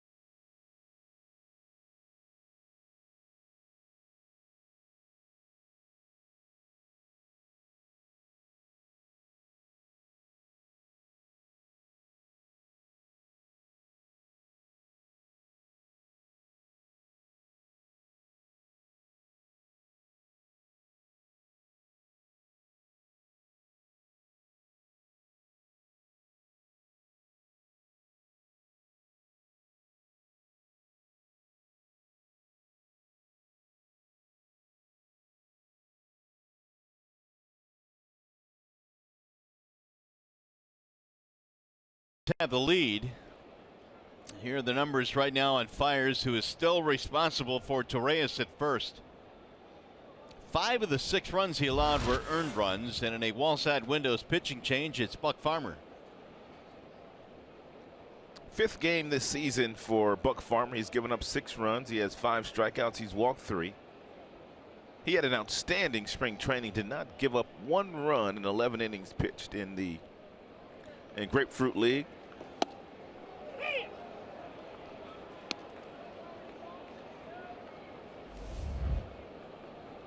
RBI double in the 5th inning. Runs scored for Brett Gardner. He is 1 for 3 tonight.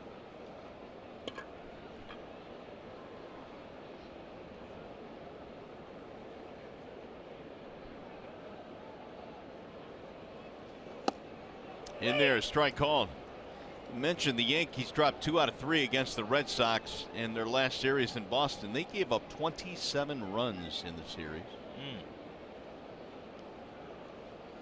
And those games, Boston Yankee games, those are quick, snappy games, aren't they? Yeah, that's why they got here at 4 a.m. this morning. The Yankees did. Now the 0-2. Way outside.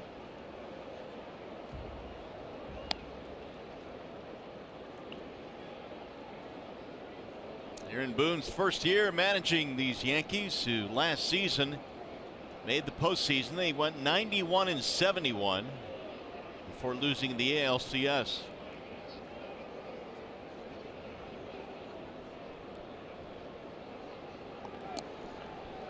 Are you surprised at all that Joe Girardi left? Yeah, I was surprised that they did not bring Joe back after the success that he had the year before, them going to the postseason with a team that really wasn't expected to do anything. Yeah, no doubt. 91 wins. The 1-2. But the arms that Brian Cashman, their general manager, was able to acquire at the trade deadline last year, especially that trade with the White Sox where he got Robertson. He also got Tommy Kahnle to go along with Betances and Chapman and Green. That bullpen was lights out last year for them down the stretch. They throw hard. Runner going, ground ball through the hole. Torres on his way to third base. He is in there standing up. That's a nice piece of hitting there by Brett. Second hit for Gardner.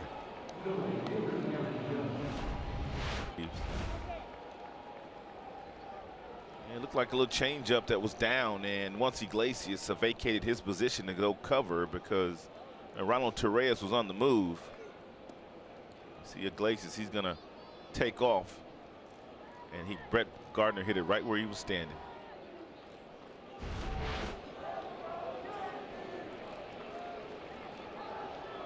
So here's Aaron Judge. They play the shift on against Judge. It'll bend low and inside. The top selling jersey in all of Major League Baseball last year was the number 99 of the New York Yankees, which belongs to Judge. He caught on in a huge market. Of course, they had the Judge's Chambers out in right field. Right. That section dedicated to him. Whoever thought of that? That's a brilliant idea. No doubt. I mean, you wondered a little bit, a guy that hadn't been in the big leagues very long gets his own chamber at the ballpark, but man, it worked out okay for them. Them seats sell out in a hurry at Yankee Stadium. Thought Mike Trout would have had a lot of people wearing his jersey, but it's Aaron Judge with the top selling jersey. Yep, number 99. There's only been one other Yankee to wear 99. It's about to change though. Shohei Ohtani is going to change all that this year. That's a good story, man. It's an unbelievable story. That might be the best story in all of baseball for me right now. Shohei Ohtani. Joe DiMaggio was pretty good too.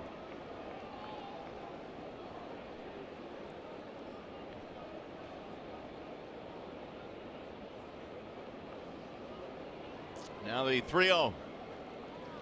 Judge again takes a hack on 3-0. He did in his last at bat as well. Yeah, and that's a big hack. He wasn't trying to hit a single there. Now with that hole on the right side of the infield, we saw him shoot that hole his last time up for a single with a runner on third and 2 outs. I would not be shocked if he took another single in that direction. That's how you hit 300, and he's at 346 as we speak.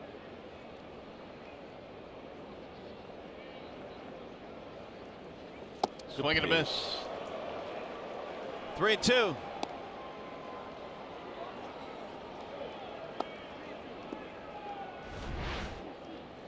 There's that changeup right off the fingertips. Beautiful pitch. He struck out on a changeup thrown by Mike Fiers his first time up tonight.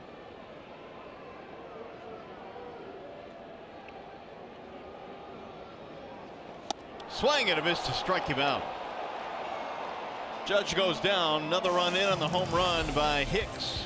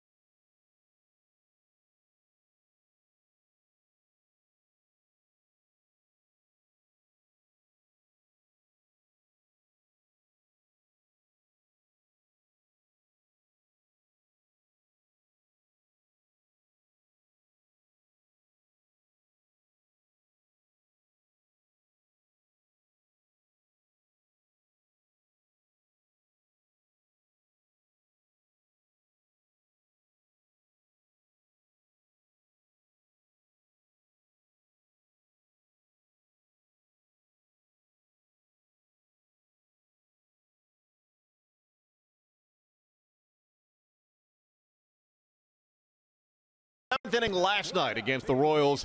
He rips a bases clearing triple to right. The Angels went on to win their 5th straight, 7-1 the final. The Angels are up on Kansas City tonight 2-0. Ohtani has moved up in the lineup as he has told Mike Scioscia he'd like to play more, and play more he has, and he's got a double in tonight's game, contributing to the Angels' lead. And what a story the Los Angeles Angels are early this season, guys.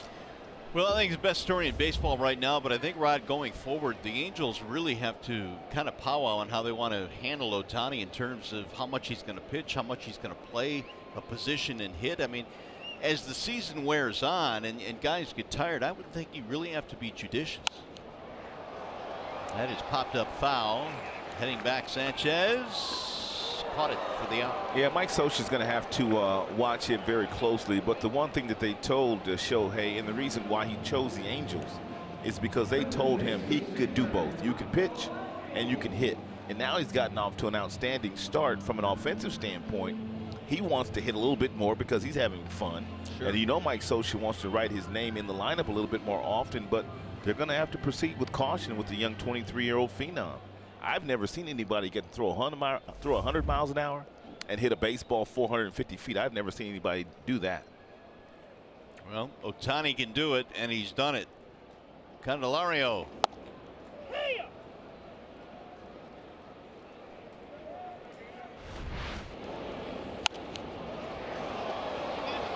A nice play here by Sanchez, finding this ball and getting over and making a play.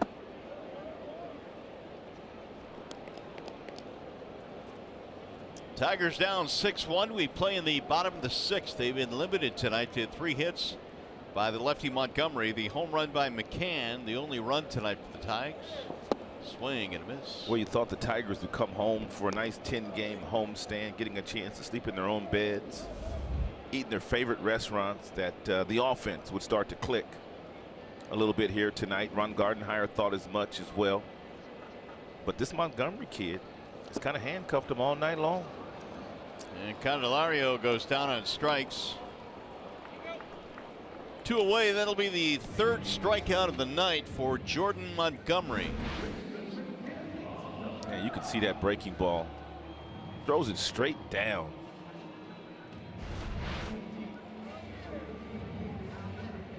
Montgomery led all rookies in strikeouts and innings pitched last season for the Yankees. Decorated college career at South Carolina, played 3 years there, was a Gatorade High School Player of the Year coming out of high school in Sumter, South Carolina. Cabrera single on a fly ball. Big kid, 6'6", 225, 25 years old.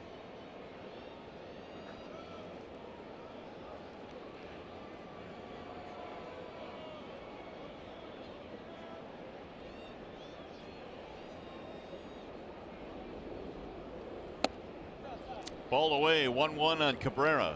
Take a look at his delivery. He stands 6 feet 6 inches, and not only does he stand 6 feet inches, but he throws from a high 3/4 arm slot.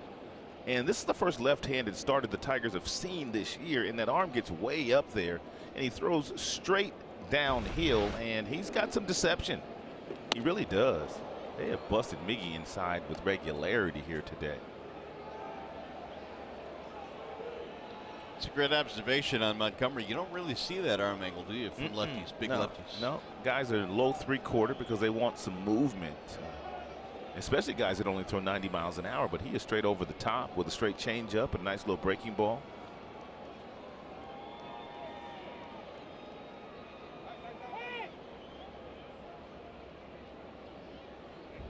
Two and one on Miguel, 2 outs here in the 6th. Miguel hit a pretty good pitch his last time up for a solid single to right field. It was a breaking ball down, and that he stayed with and hit the other way.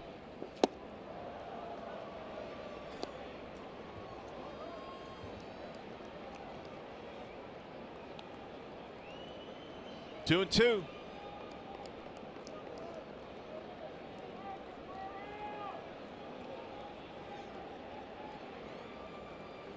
Swing and a miss. Down goes Cabrera to end the inning. Miggy slams the bat down and the helmet.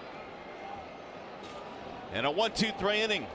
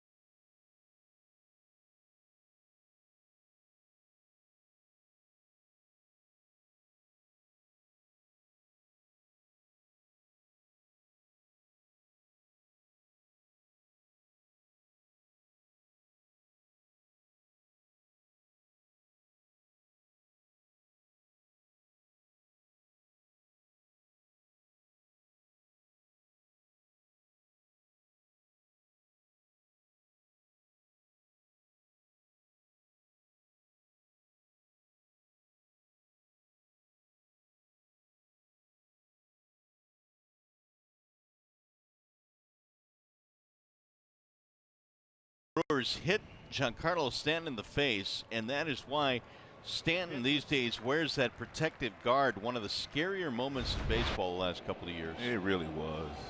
And you always talk about, Rod, as a teaching point, what you want to do as a hitter to not actually look into that pitch or turn your head into the pitch, but away from the pitch. Yeah, you really do. I mean, that front shoulder, that lead shoulder, when you get a ball inside, as that one chased Stanton inside, you simply want to try to turn that left shoulder so that that ball will hit you in your back.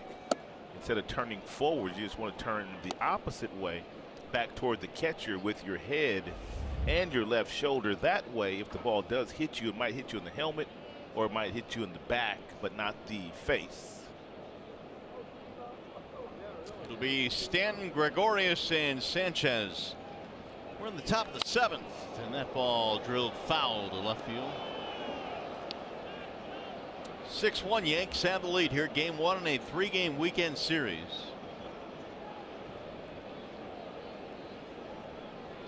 Jackie Robinson Day on Sunday. On Sunday, correct.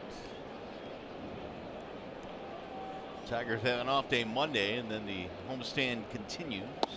Good pitch in there for a strike. 2-2.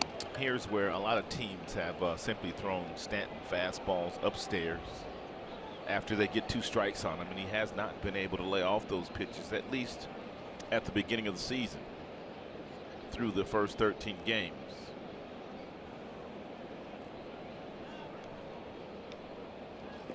Swing and a miss. Here's that fastball that we speak of, and Buck's got a pretty good fastball. His is a mid-90s fastball, but it's a tick above the belt buckle, and this is where pitchers have been living against Stanton so far this year. Well, it's an MLB doubleheader tomorrow on FS1. First at 4 Eastern, the Rangers take on the reigning AL MVP Jose Altuve and the champion Astros. Then at 7, Mike Trout and the Angels go against the Royals tomorrow on FS1. Or stream it live on Fox Sports Go. There are no perfect teams in baseball, but that Houston Astros group, they're about as good as it gets. It really is a well-rounded team. I would agree on paper. When you look at what they have offensively, power, speed, their starting rotation is really off good. the chain. Yeah, it is. But as they say, you don't play them on paper. I mean, George Springer leading off with home runs. You got Altuve, you've got Correa, you've got the Bregman kid, Cody Rasmus. They got a good squad.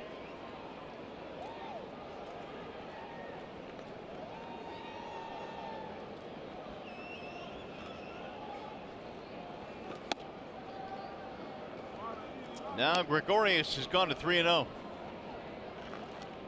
So when you look at the best teams in the American League, I think the Yankees are considered one. They're in the Red conversation, Sox right? Red Sox. in the combo. Houston. Cleveland. Angels. Angels, yeah, they've gone out to a red hot start. Strike called on Didi. 3-1. Farmer came on in the 6th inning in place of Fires. And now his first full inning of work here in the 7th.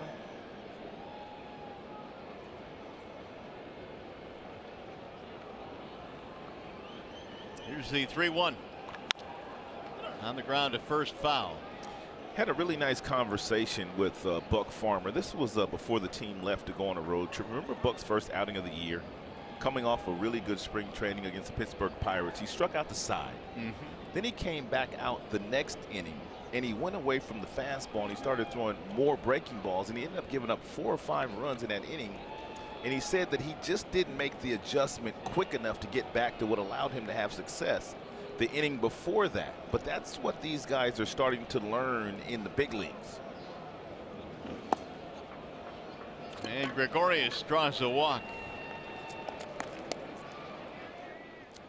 1 on, 1 out. We check in with Johnny Kane now, a special guest here during BP today. Well, no question about that being a special guest. As we dip into the 40s here, it feels almost like football weather. I can tell you up here at the New Amsterdam pub, almost looks like a football tailgate. But yeah, Matt Patricia, the new coach of the Detroit Lions, was there earlier watching BP, had a chance to catch up with Ron Gardenhire, and also the new Yankees manager, Aaron Boone. I asked him, all his years being a defensive coordinator there in New England, are you a Red Sox fan? He said, I most definitely am not. I grew up in New York. But he was wearing a Tigers windbreaker and looked good in it today, boys. Yeah, he had no choice. We're looking forward to seeing what he can do with the Lions. Matt Patricia, welcome to town. 0-1 on Sanchez. And the Lions signed a young man from Phoenix, Arizona by the name of Devon Kennard, who spent the last few years playing with the New York Giants. But you know him? I know him. I've known him since he was in kindergarten. Really? He went to school with my daughter in elementary school, middle school, and high school. So I know him and his family very well. So they got a quality kid. The key now is that you'll be able to get tickets anytime you need. You in with me? Package deal, me and you, partner. I'll be calling you up all winter. Yeah, we rolling. Package deal. Good kid though. Real good kid. 0-2 on Sanchez. And he signed like the first day. He did. Of free agency, yep. So they must have liked him, right? I look forward to seeing him in Lions colors. The 0-2 got him chasing. See you later, Gary Sanchez. 2 gone.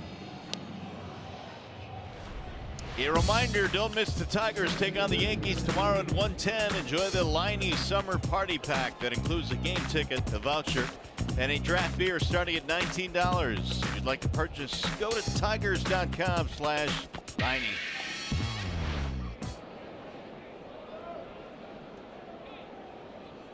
Aaron Hicks has not been retired tonight. 2 homers and a walk. Ball 1.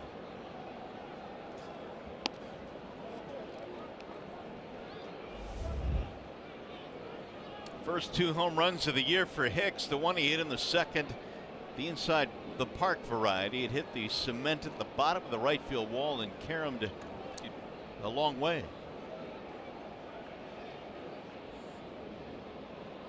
The 1-0. 2-0 now on Hicks. In my opinion, Marcus Thames, the former Tiger, has one of the toughest jobs in all of sports, and that's to be the hitting coach of the New York Yankees with a Judge and a Stanton and all the talent that they have. He is in a really tough position. Yes, they got a good team, but that's a tough job right there. Well, you can't win, can you? Not really. If they perform, they're supposed to. And if they don't, it's your fault. He was the assistant hitting coach last year, and then they fired, well, they didn't bring Joe Girardi back, but they elevated Marcus to the head hitting coach, his job this year. But when you have this much talent on your roster, and Lloyd McClendon knows this because there were times when the Tigers had a talented roster, I mean talented offensive roster, and you just can't win. When they hit, they're supposed to hit, but when they don't hit, it's your fault. Couple of walks now, putting 2 men on with 2 outs. More action in the Tigers pen. Who do we have? Willie. Like Willie. Yep. Alex Wilson.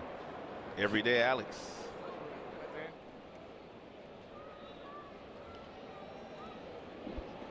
Well, just like we promised you, it's Miller time. Hold true moment. Aaron Hicks, 2 home runs today. 1 he had to run for inside the park variety. Martin got too close to the wall, bounced back a long way from him in the second one. There was no doubt about it.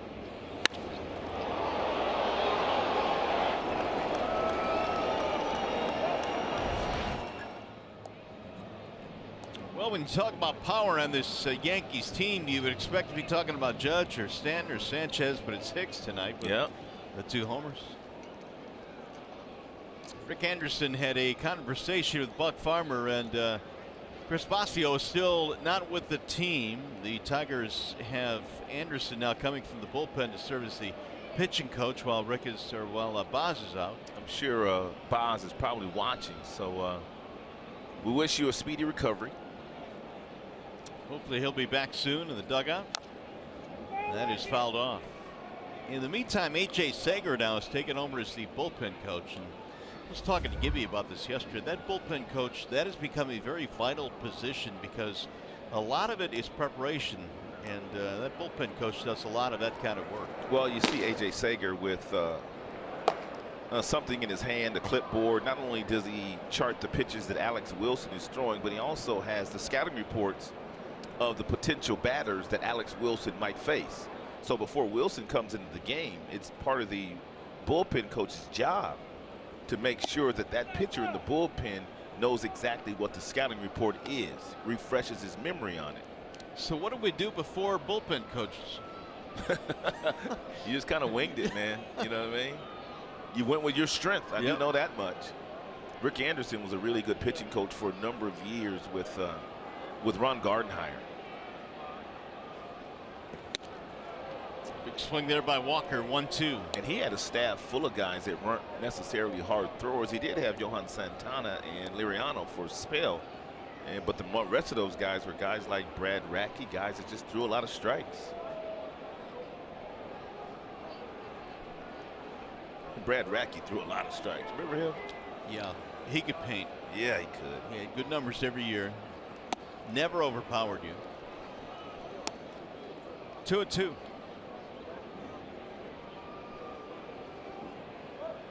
Back in those days, you hated to go in the Metrodome. You just hated going in there. Seemed like something always happened at the end of the game that would cause you to lose a game that you should have won.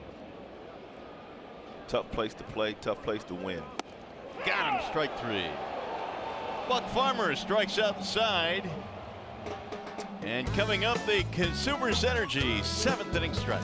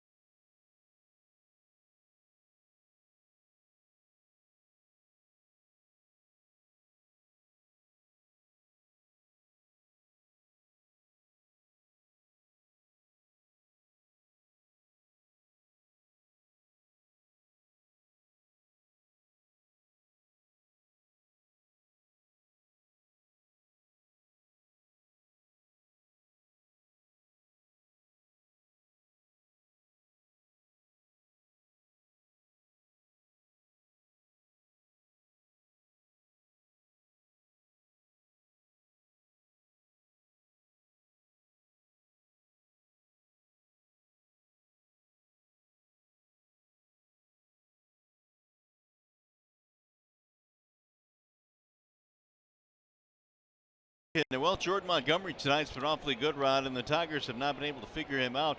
What has he been so good with tonight? Well, he's just changing speeds with everything, Mario. He's working all 4 quadrants of the strike zone with his fastball. He's got a nice little breaking ball. He's kept him off balance with a nice little changeup. Lots of soft contact tonight against Jordan Montgomery, a guy that they'd never, ever seen before other than watching him on video.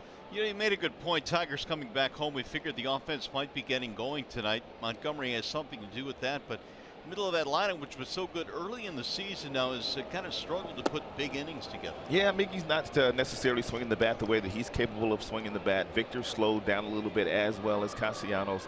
A lot of that goes with the Cleveland Indians staff, but you would have thought that they'd get some better swings tonight against Montgomery. They still got some time. Nick will shoot one into center field. That'll be a base hit. So the Tigers now will get the leadoff man on here in the bottom of the 7th. Nicholas with his 2nd hit of the night. I think Nick hit that ball right off the end of the bat, but Nicholas Castellanos is not afraid to drive the ball the other way to beat the shift. He'll take what you give him.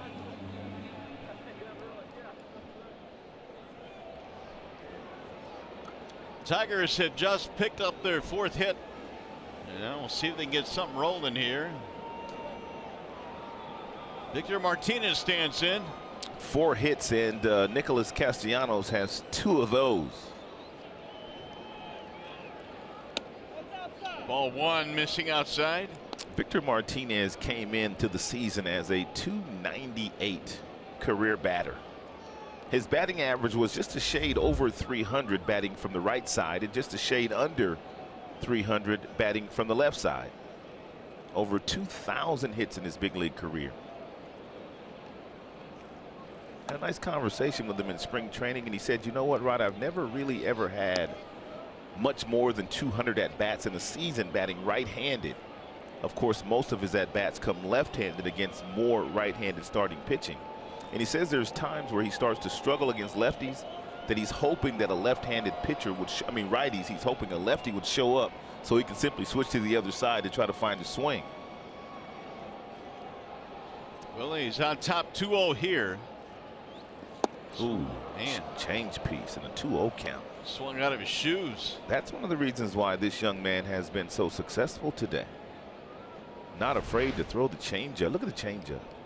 That is a straight change, and it's straight over the top. And he stands 6 feet 6 inches, so when you add the wingspan, it's way up there.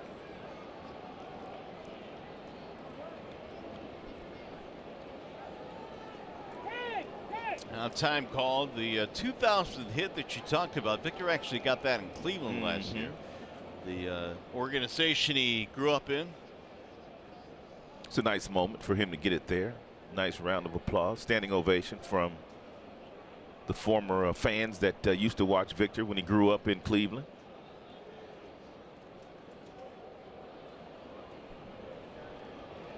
Six runs, 9 hits for the Yankees. A run on 4 Tigers hits.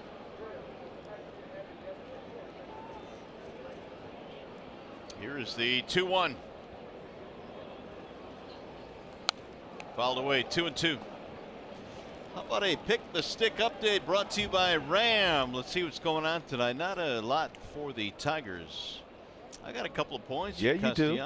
It's the 2nd consecutive day that you've got a bunch of points. Keith's got a -2. Ooh, look out, Jonathan. Stop jumping up and down, Mario. Hashtag ABK. Anybody but kidding. There's the ball that dives low, 3-2. Keats is always listening. You know, there's not much that gives you more delight than when I fail at something. It's pure glee. What scares me is that you are a father to people. He went there. He did go there. The ABK thing has taken on a life of its own.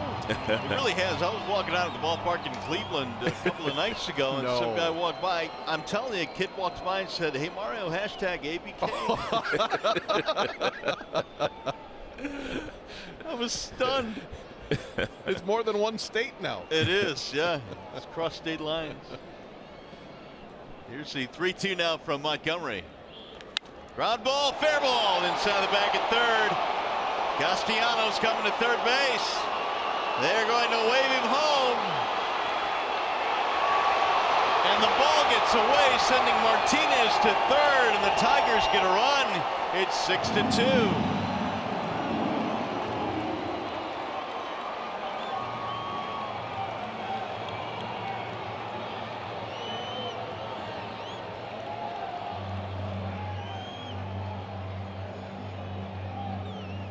Here comes Aaron Boone. That appears to be it for Montgomery. We'll see. And will be a pitching change. So Montgomery is done for the night. Tigers get a run, and we'll be back.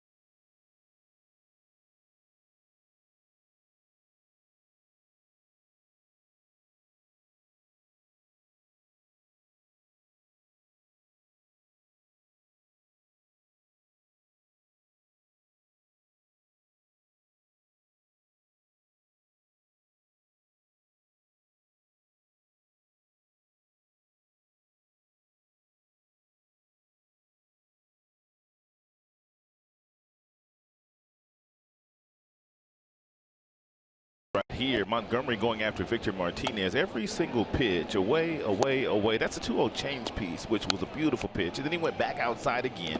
And then finally went inside with one pitch at 89, and Victor turned on it for a double down the line.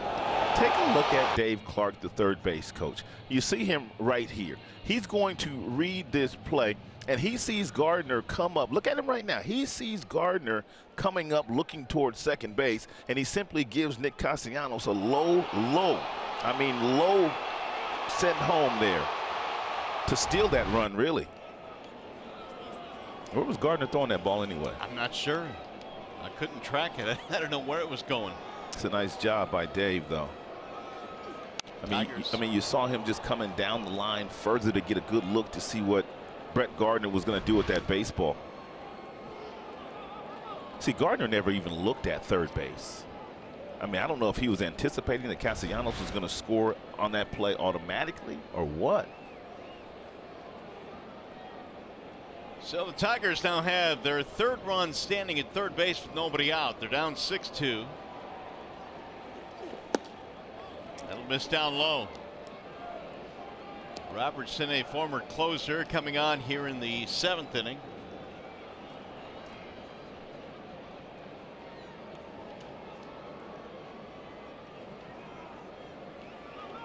Yankees bullpen ERA is almost 4.5 in the early goings this year. That'll miss outside, 2-1.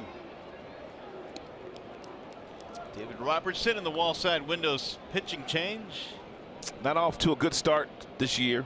And 7 2/3 innings, a 4.70 ERA for Robertson. Oh, look out, there goes the bat.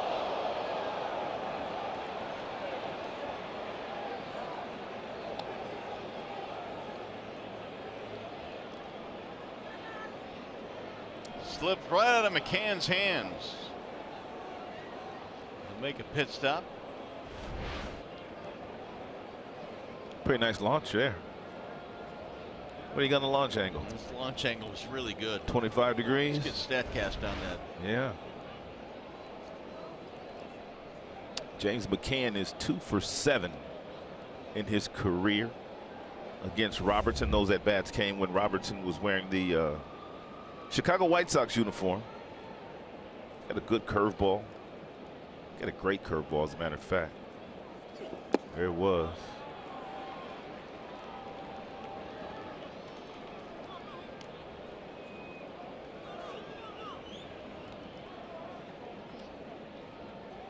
Nice job by Buck today. Over there talking to Rick Anderson. about his outing. Fly ball center field. This will get the run in. Hicks going back to haul it in. Martinez will tag and score. Sac fly makes it a 6-3 ball game. RBI second of the night for McCann. One away here in the 7th.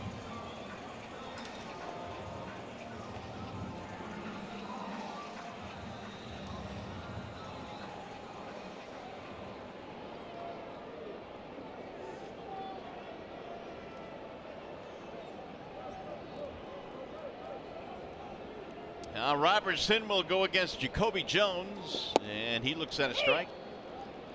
Robertson had some big save seasons with the White Sox after he left the Yankees. The Yankees, the team he broke in with.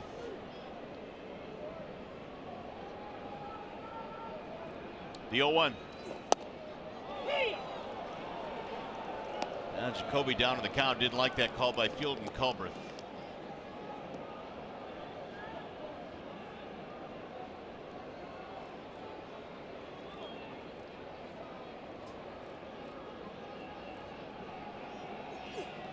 That'll bounce in, and it drills the catcher Sanchez. No, that one got to Field and Culbreth. Yeah. It did. Well, they got him on the knee, that left knee. He's going to try to walk it off.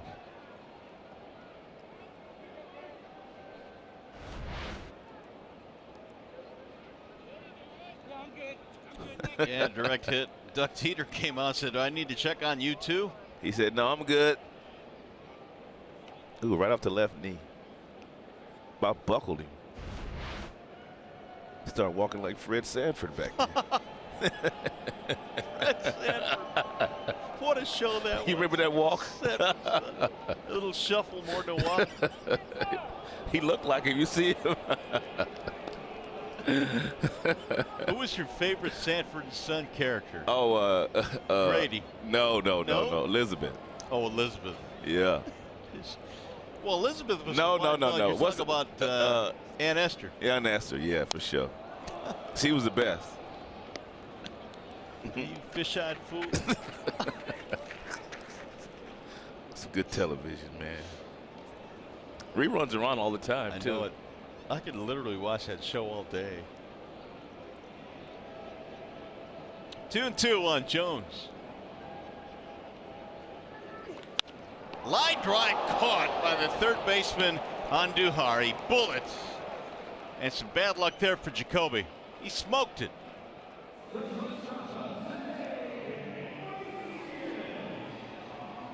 Jacoby going to get some more playing time with Mikey Montook being sent down to the minor leagues, and that's a welcome sight. The more reps Jacoby Jones gets, and the more comfortable he's going to be, and that's why they call that position that Andujar is playing the hot corner. 2 gone. Here is Iglesias. It's a bad feeling right there, man. You do everything right. Drilled a bullet, and you're not rewarded. He looks like he's more upset at Field and Culbreth because he was in the hole knowing 0-2. Usually when you hit a ball that hard, you don't have that kind of frown on your face. Because you can't control where the ball is going. The 0-1 pitch. Bouncing ball to third. That's under the glove of Andujar. Iggy motoring to second base, and he is in there standing up. So the Tigers now with 3 hits in this inning. Well, what we're seeing in the Tigers is exactly what we pretty much watched all year. I mean, they continue to fight even though they're behind in the game early. They continue to chip away, and let's hopefully they can finish this one off today. That ball trickled right off of Andujar's glove. So Iglesias comes up with a double and is snapped an 0-for-19. Ooh, he needed that bad. It's his first hit since game 1 in Chicago on the last road trip. Now Machado trying to drive him in. That's the first pitch breaking ball right there to Machado, who is killing breaking balls this year.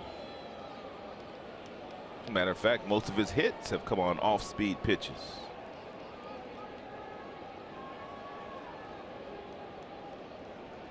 The 1-0. Sanchez able to smother it. 2 balls and no strikes. Well, that's your job as a catcher, and we've heard that Sanchez has gotten a whole lot better this year. When you call for the breaking ball, when that ball goes down, you simply turn the glove over, you get up in front of it, you bend your waist so that ball hits you right in the chest protector and stays in front of you.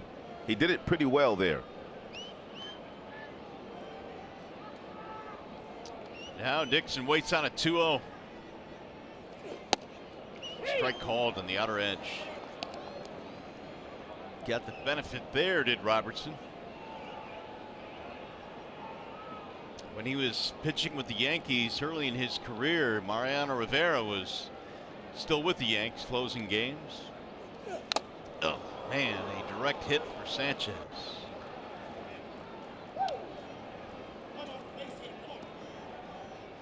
Two and two.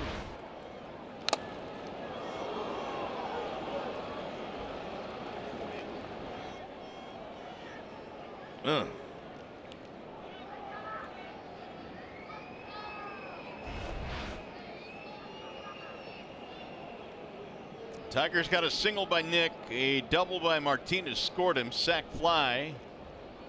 Scored Martinez eventually. Little chopper back up the middle. Gonna be a tough play. Gregorius, and he's safe at first base. Machado beats it out. It's an infield hit, and the Tigers inning continues. It's a nice job here, nice play by Gregorius, but he was running so hard that when he picked up the baseball, he had to take 2 more steps to gather himself before he could throw the ball across the diamond, and that allowed Dixon Machado to beat it out for an infield single.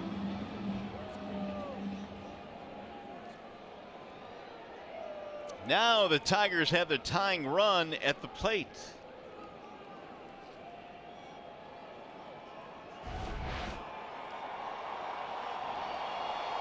Leonis Martinez 0 for 3.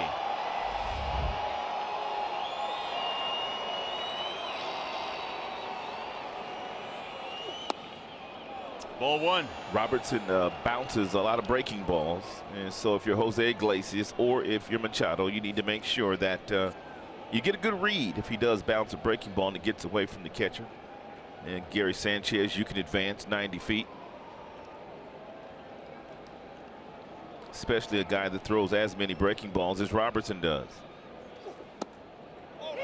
Oh man, Martin didn't like that call.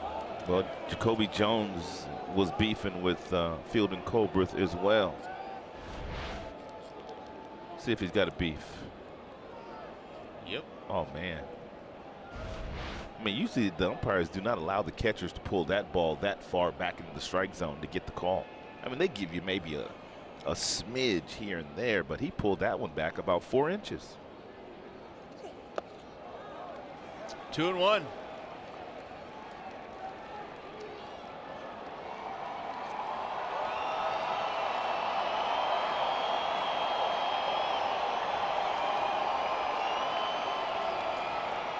More action in the bullpen. Dylan Betances. Dylan's been struggling since last year.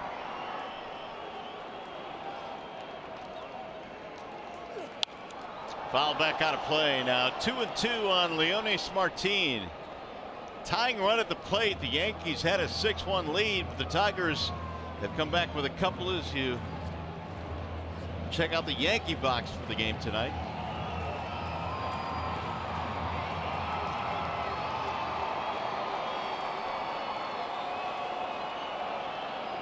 Gardy has seen this a lot this year, and you mentioned the Tigers have not quit in a lot of these games. Right. Swing and a miss, struck him out. That'll end the inning, but brand new ball game now. Tigers pick up a couple of runs. 6-3 is our score. You're watching Tigers baseball tonight, presented by Bell Tire.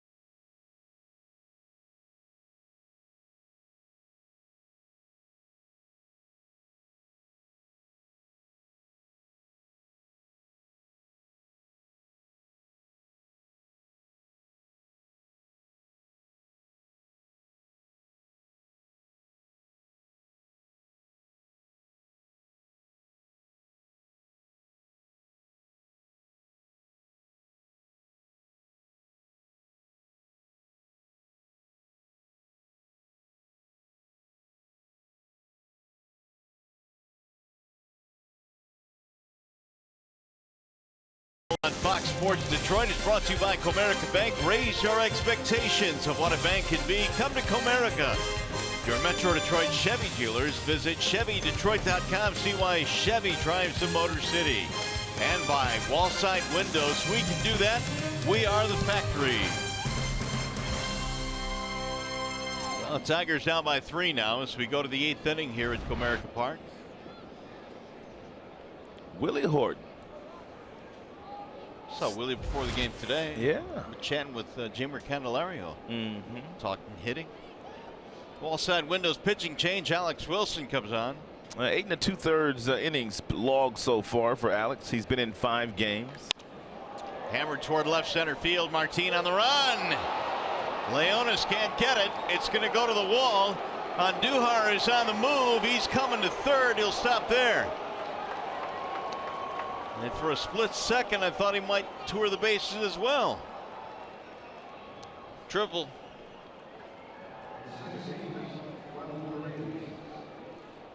Andujar jumps on the first pitch that he sees from Wilson. Nearly a spectacular catch by Martin. And then once this ball gets away from him, Andujar with his speed, an easy triple. And Tigers are going to play the infield in with Ronald Torres getting ready to step into the batter's box. He's already gotten 2 hits today. And an even 10 now for the Yankees. And Torres loops one to right field. It's going to drop. Base hit. That little dude can hit, man. He's got 3 hits tonight. He does. They got 5 hits in the last 2 spots of their batting order today. Number 8, number 9 guy, 5 hits between them.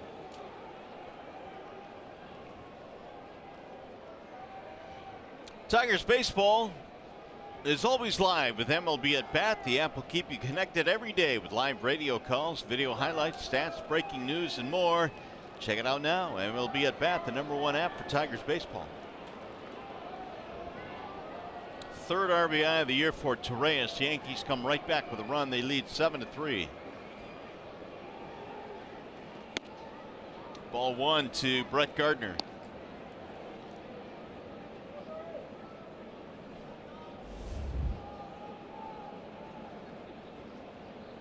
Gardner a single, a double, an RBI, a run scored tonight. Batting .264 on the year. Slap foul. And career high in homers last year for Brett Gardner, 21 of those.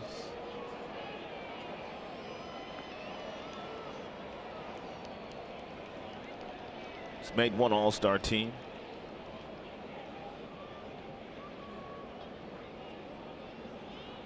You know, another great character we missed on Sanford or something. Who was that? Rollo. Yeah. Lamont's buddy Rollo. Lamont had some shady buddies now. He did. Rollo always had something going on. He sure did, man. Gardner hit by the pitch. Rollo was always trying to make a deal. Yeah. Where'd he get him at? Foot, back foot maybe? Oh, shin. Shin, yeah.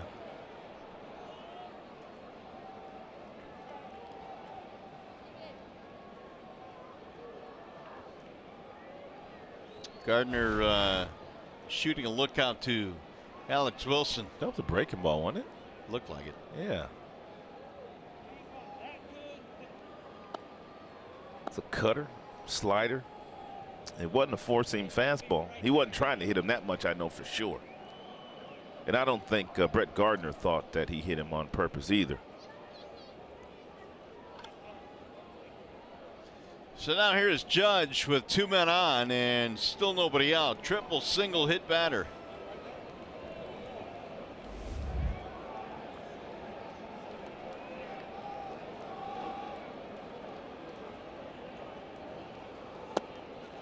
Ball 1 to Judge.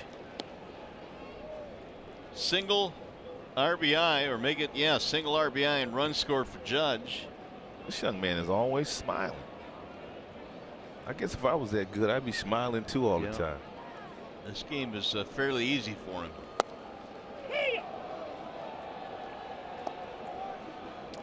This is Aaron Judge last season, his hot and cold zones. Likes the ball up at the top of the strike zone. He likes the ball in for the most part. Across the middle, he destroys those. Doesn't like the ball down, in or off the plate. So that's kind of how you have to pitch him. Down and in or down and away if you want to get him out. Not a lot of red, not a lot of blue on that hot zone. That's where you pitch him right there. That's one of the cold zones. That's a pretty close pitch. I mean, Willie wanted it. Attacking one of those blue boxes. There are not many of them.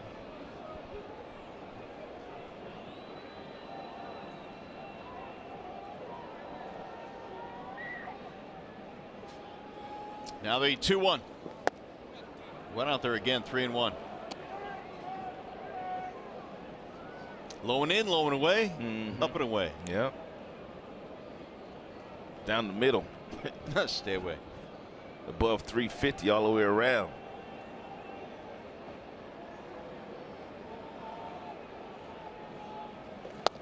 And he walked him. Ball 4. That will load him up. There's still nobody out. And you got Giancarlo Stanton coming up.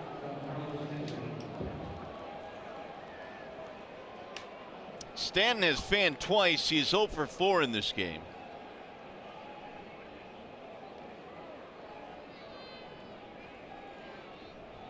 Stanton now has struck out 25 times this year. And the majority of those strikeouts for Stanton on fastballs above the belt buckle. Everybody is beefing with Field and Colbert now. You think his knee hurting? Probably. Probably not going to get too many Christmas cards either. Yeah. Not from these two squads. On the outer edge, 0-2, and Stanton again in the hole.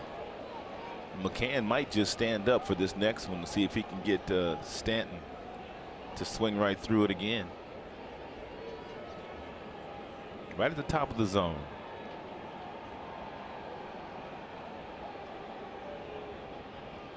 You saw McCann ask for it up. Here we go. It was up at 93, got a piece of it.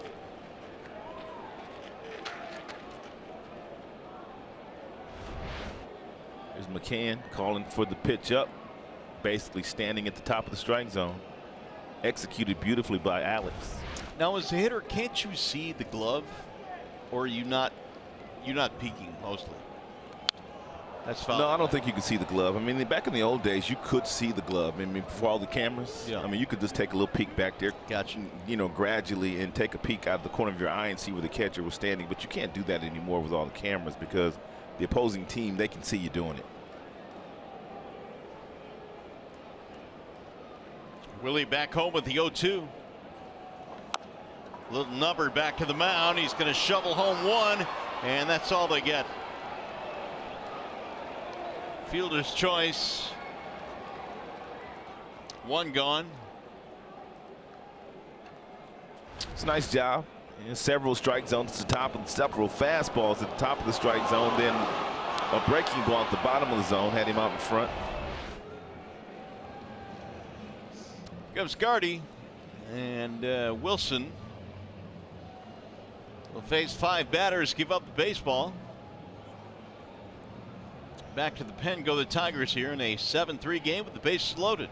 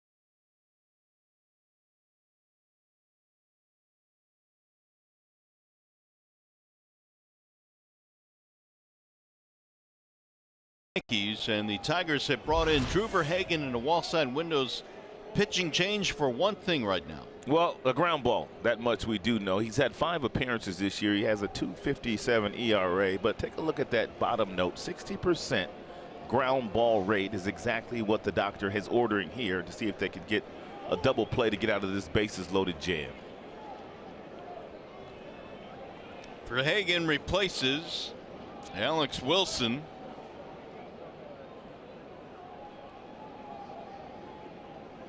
Here is Gregorius. Fouled it back out of play 0-1.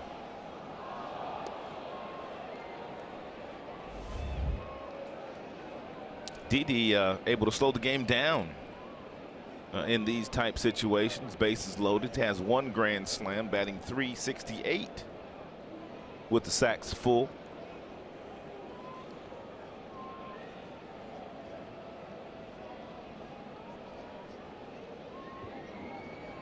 Infield in a couple of steps on the left side. And Gregorius sends one in the air to left field, chasing Jones back all the way to the wall. This will score a run. Gardner comes in. Sac fly and an RBI for Gregorius. It's a nice play by Jacoby Jones in left field. That ball hit off the bat of a left-hander. Always slices on you as a left fielder, but is Jacoby able to get back and make a real nice play? He's a center fielder by trade.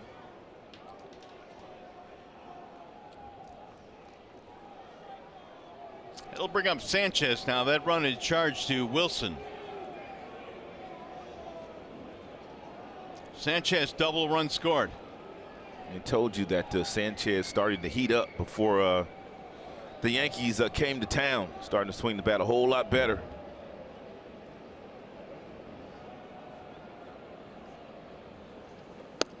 In there, a strike called. Had a good shot there of Anderson talking with Alex Wilson, comforting his reliever that came in and gave up the triple RBI single, and clearly a despondent look for Alex Wilson.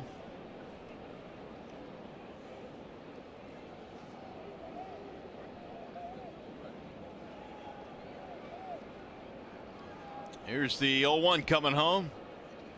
Swing and a miss, 0-2 on Sanchez.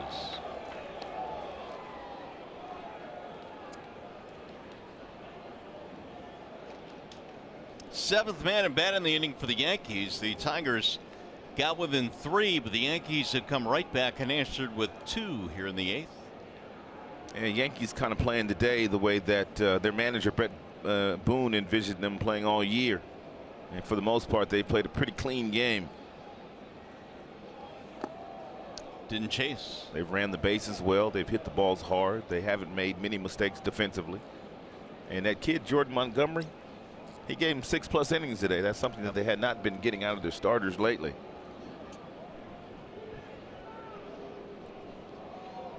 Hicks on deck. He's had a day.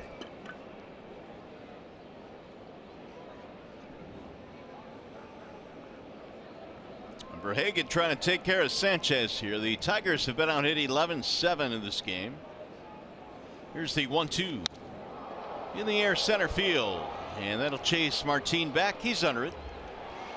That'll retire the side, but the Yankees get the 2 runs back they gave up. Coming up for the Tigers as we go to the bottom of the 8th. Candelario, Cabrera, Castellanos.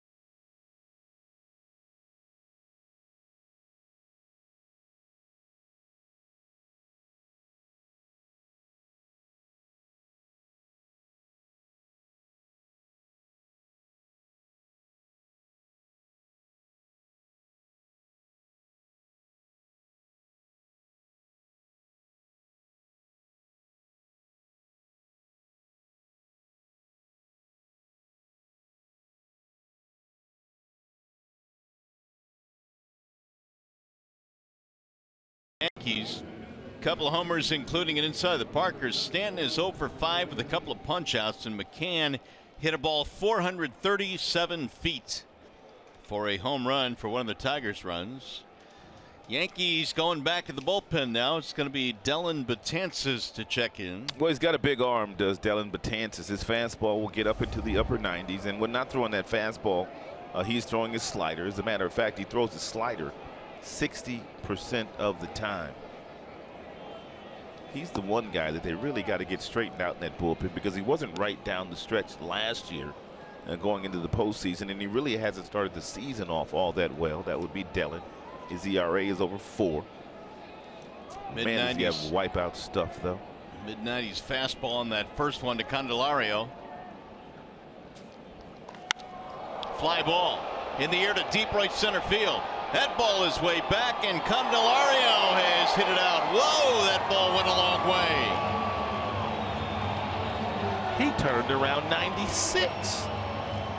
And the struggles continue for Dellin. Jamer hits his first of the year, a long home run to make it 8-4. Tigers have hit a couple of home runs tonight. Nothing cheap about either of those. James McCann unloaded on one earlier today.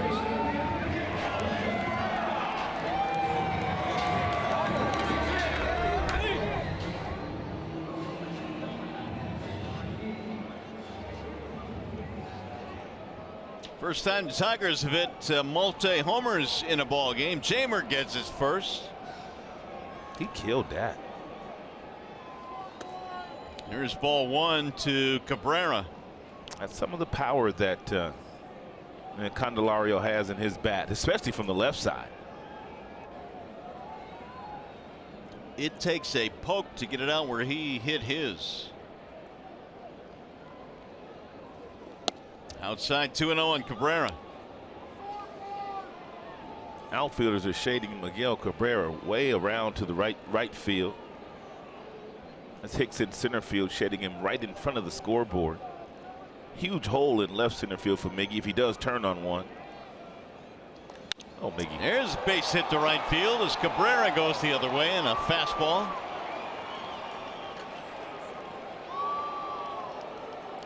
Tigers back in business.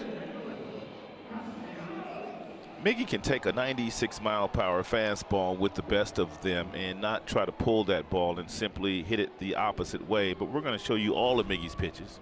3 of those by Dellin Betances. Dellin kind of choking that fastball off. That one at 97. He comes back with 82.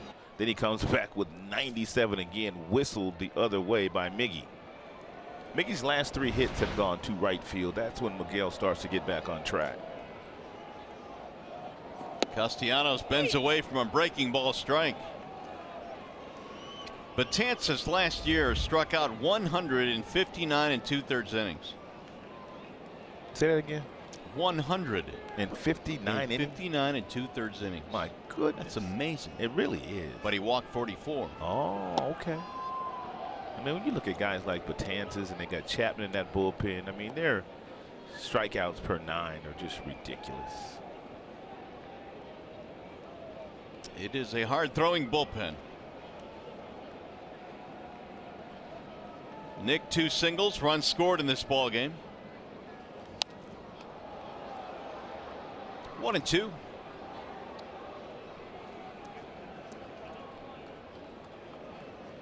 Tigers now have 9 hits. 95.6 the average fastball since the start of last year, which is the highest in Major League Baseball for that Yankees pen. Yeah, they got a couple of guys that throw 100 miles an hour in that pen. Canely and Chapman.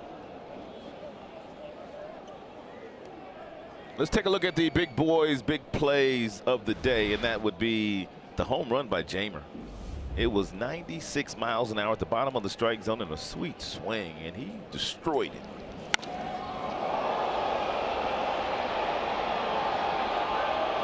It's a great example of the pitcher's power providing the hitter's power. I remember at the beginning of the day, though, you were talking about Jamer and a couple of really good at-bats that he had yesterday. Even though he didn't have anything to show for it, he had a 9-pitch at-bat in Cleveland yesterday, and a 10-pitch at-bat, and he's starting to see the ball a little bit better because of those lengthy at-bats that he had yesterday.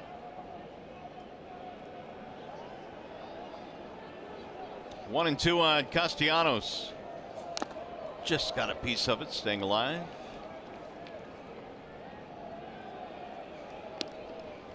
Dellin Betances is a perfect example of what we've been talking about the last number of days. Of course, I was in the studio, but you were in Cleveland. Even guys that throw 96, 97 miles an hour, they don't throw their fastball 50% of the time. They throw more breaking balls than they throw fastballs.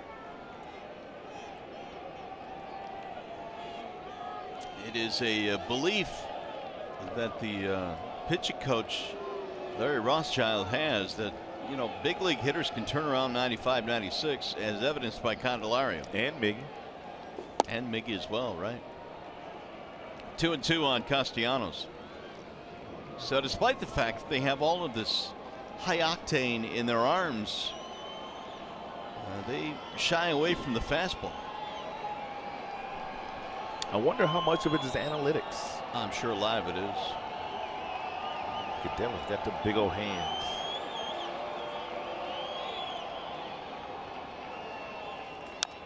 Grounded foul. Castellanos putting together a pretty good at bat here, battling Betances. Here's what we're talking about, Rod. Their average velocity 94.7, which is the tops in Major League Baseball, yet the fastball usage is 30th. The fewest. The fewest. They throw the hardest, but they use it the fewest. The fewest of any team. The 2-2. Swing and a miss. Tied him up with that slider. Slider backed up on him. One gone. We'll bring up Victor Martinez.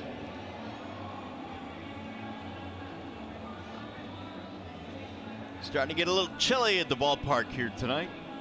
Break out the blankets.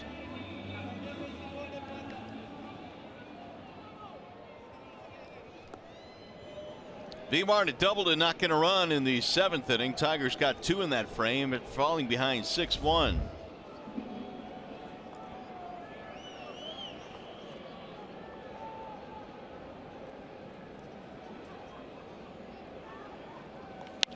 Line drive, fair ball down the right field line. Cabrera hits the bag at second. He's coming to third. Vimar going to second base. Miggy is held up at third. It's second and third now, 1 out.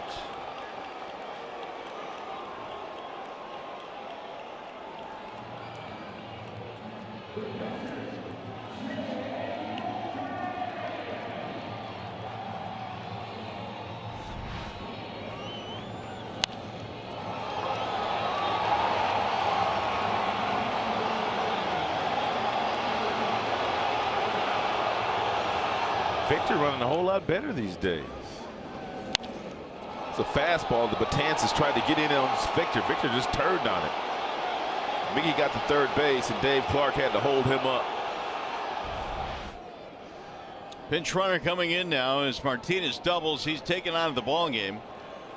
Victor Reyes will come in to pinch run. And now here's McCann. Strike one. So the Tigers coming back against the bullpen of the Yankees here. They need one more base runner to bring the tying run to the plate.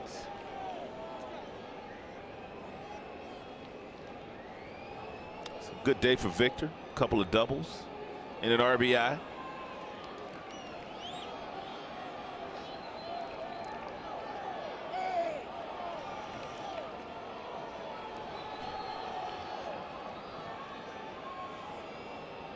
Ten Tigers hits now, 11 for the Yankees, and even 10 for the Tigers. Another big base hit here brings them even closer.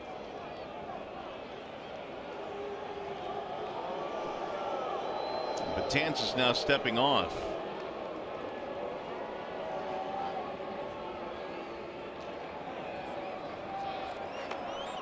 Chad Green, the right-hander, starting to loosen. He might be the best one down there right now. Sanchez walks out to the mound. Fans, if you can't catch the games on TV, you can stream them live on your mobile device with Fox Sports Go. Download the app and take Fox Sports Detroit and Tigers baseball with you wherever you go. It's made available by Oakland University.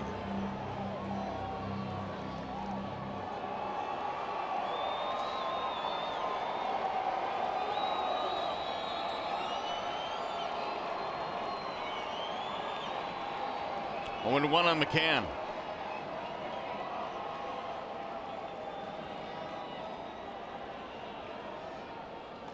Bouncing ball into right field, a base hit. Cabrera scores. Reyes will stop at third. The Tigers get another run. It's 8-5. What a big night for McCann. Keep the line moving, boys.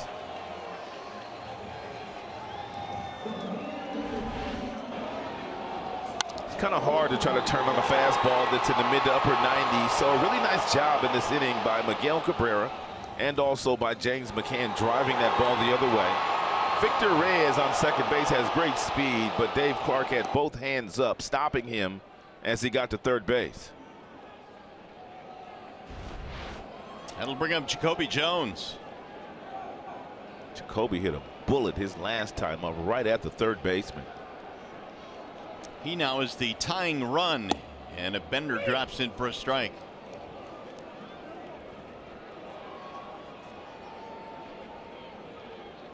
Candelario got it started with a homer.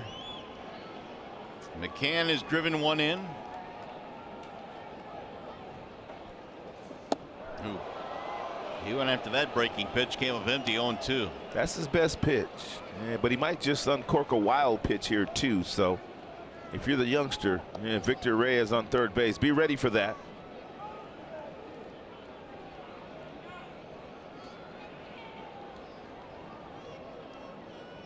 Ooh, it's a hanging slider there. Yeah, it was. And it just missed.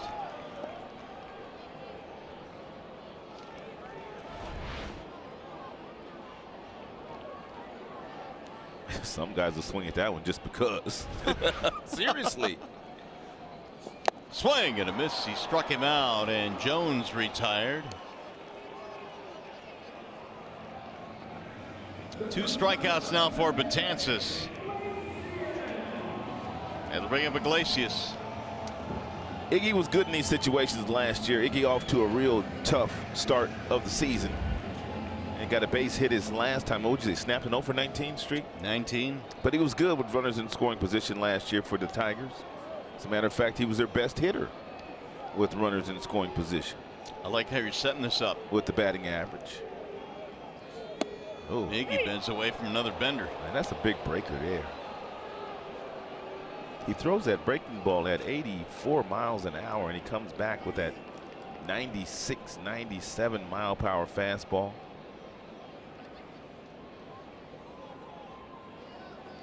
Here's another one. It's a strike called. They got some big boys on this team, Mario. They're huge. I mean, Betances is 6'8". Judge 6'7". Stanton 6'6". The kid that started today, Jordan Montgomery, 6'6".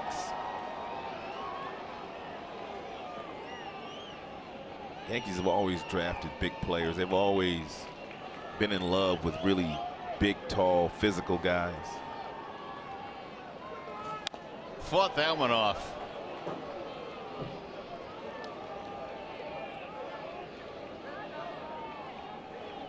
Oh, 2 on Iglesias. Tigers down by 3. We're in the bottom of the 8th. 2 men on.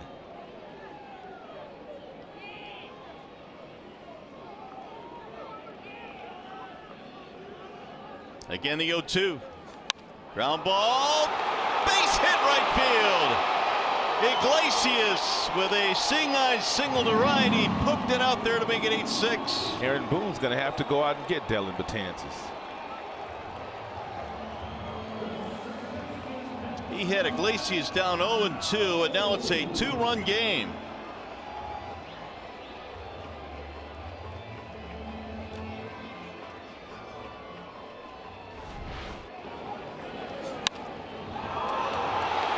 That's the 3rd hit in this inning. against Betances that has gone the opposite way, along with the home run to right center field off Candelario's bat and the double down the right field line by Victor. So the lefties that pulled him and the right-handers have gone the opposite way. And Betances' struggles continue. 24 pitches for Betances. He departs, and we'll be back.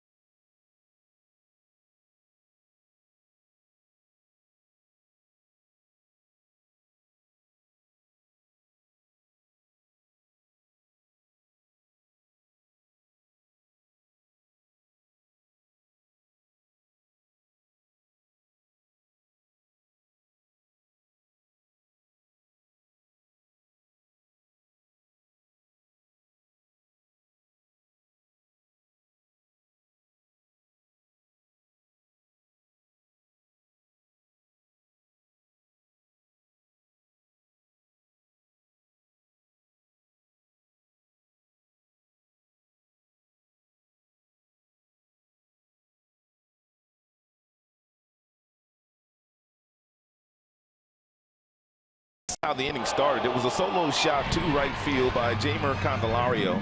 An unselfish at bat by Miguel Cabrera, 97. He takes the opposite way for the second time today. Victor turned on one for a double. He was pinch red for by Victor Reyes. Then a couple of really good at bats. One by McCann and the other one by Jose Iglesias to drive in runs themselves. And the Tigers are in business here so far. Tying run right now at first base. And it's going to be a strike called on Dixon Machado. Dixon 1 for 3 in this ball game. 8-6 is our score.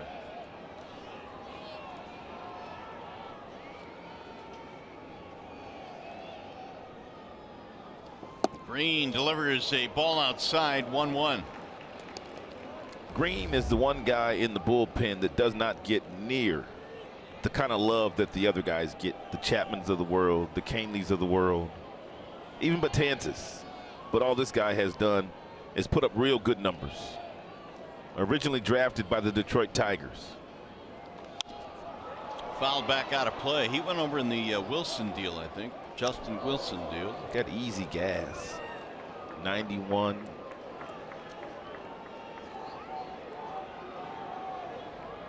He last year had 103 strikeouts in 69 innings. 91 to 95 with his fastball. He's got a really good slider. Only 2 pitches. Fastball, slider. Machado waits on the 1-2. Just off the plate, 2-2. 96 there from Green.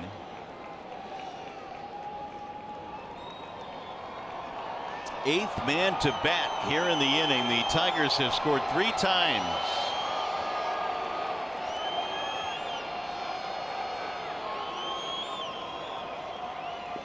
Got him. Strike 3. Machado caught looking. Green comes out of the pen to shut her down. But the Tigers continue to fight, down by a couple of runs. We go to the 9th inning. Candelario got it started with a home run. McCann drives one in. So does Iggy. 8-6.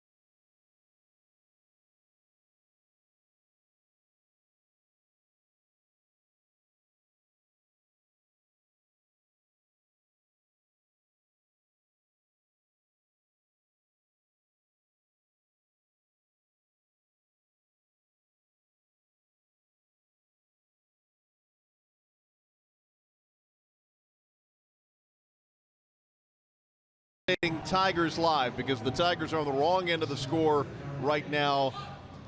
And we can beat this drum so often, but it's impressive the way that this team continues to grind. It truly is. It is fun to watch, guys. Yes, they're down 2 runs, but, guys, the Tigers continue to grind at their bats. They're never out of the game. Stick around for the post-game show. One of the bullpen guys really stepped up big, and he took a next step for me. But you won't know who it is until they hang around, Keats. There you go. The mystery on Friday the 13th. Up we go to Mario and Ron, guys. All right, guys, thank you. We'll see what Shane Green can do now here as he comes on in the 9th inning in a 2-run game. He'll face Aaron Hicks.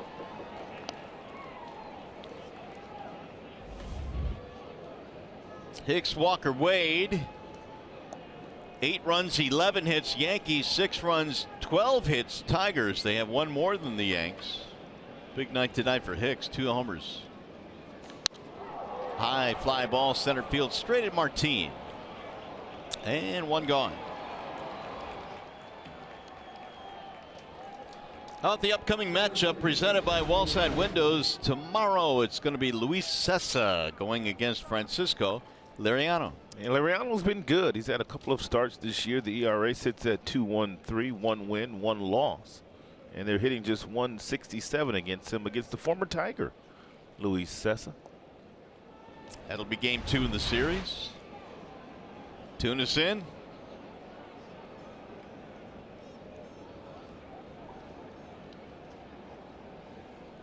Neil Walker takes ball 1. Some numbers now on Shane Green. 4th game for Greeny. Has a couple of saves and a couple of save chances. He's perfect in that regard.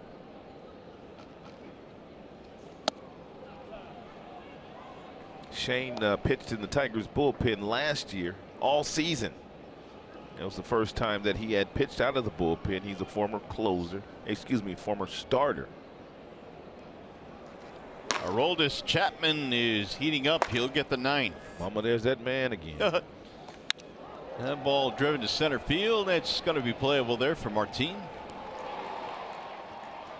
A couple of fly ball outs, 2 away here in the 9th.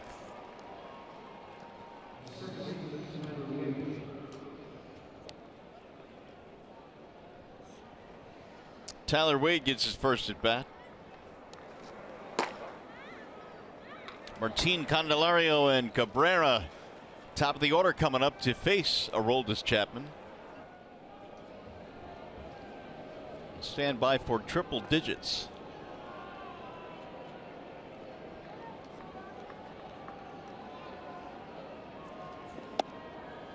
Ball 1 missing outside to Tyler Wade. Wade entered the ball game earlier as a defensive replacement, his first at bat. 097 so far this year with the stick. 2-0 from Green.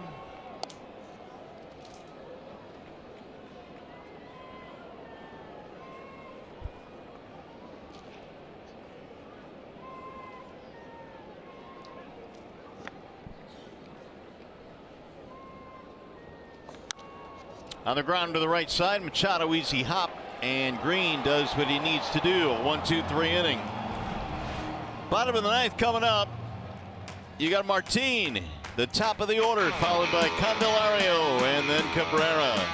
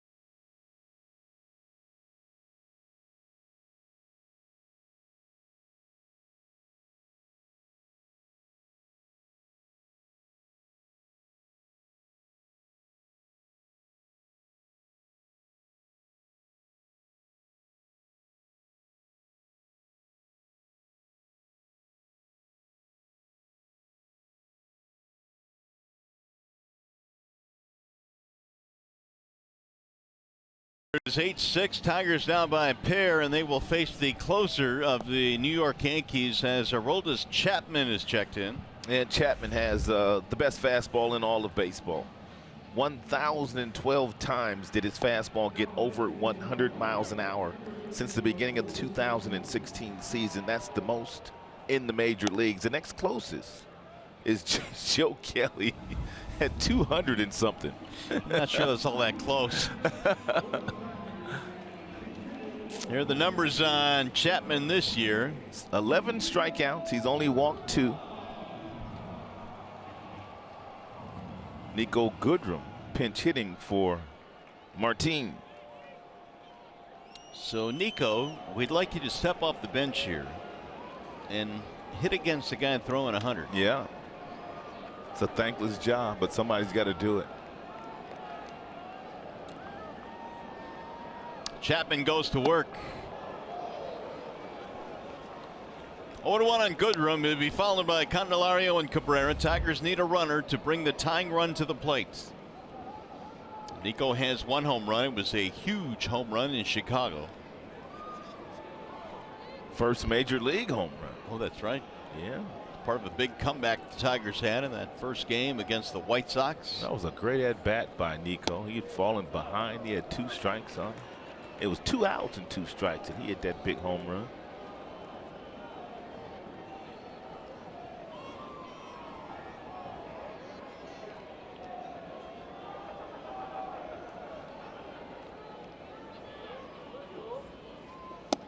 On the outer edge, a strike.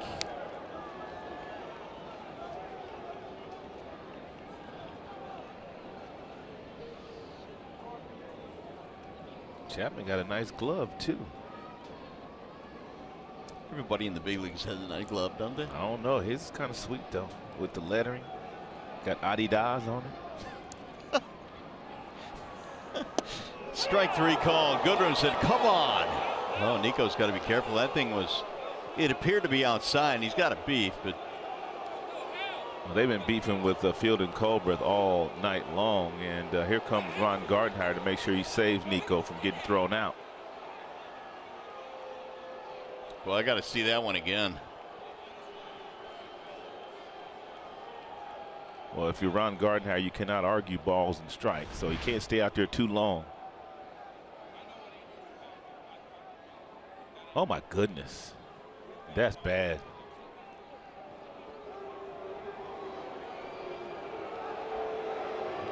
But it doesn't. That's bad. Any way you look at it, ain't no strike. It came in at 98, and Goodrum is out, 1 gone. Maybe Fielding didn't see it.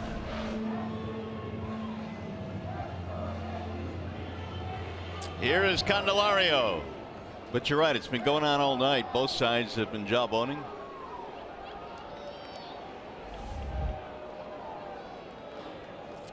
Candy with a home run in the 8th. He hit it against Betances. Another hard thrower. Ball 1. Chapman throwing a lot of off-speed stuff early on here. Well, I think that probably coincides with what we were talking about earlier. Larry Rothschild, their pitching coach, getting a lot of these guys to go to some softer stuff on occasion, get some easier outs, softer contact, keep guys off balance. That's back-to-back sliders. Sure is. That one at the bottom of the zone, 1-1. Chapman's average fastball velocity was 100. Is that fast? The average, that's kind of hard to believe, actually. Fouled straight back. That last one at 98. Yeah, he probably will not start to get up to triple digits until the weather starts to warm up. A lot of velocities for a lot of the pitchers have been down all over baseball at the beginning of the season, especially the teams in this part of the country. Just cold.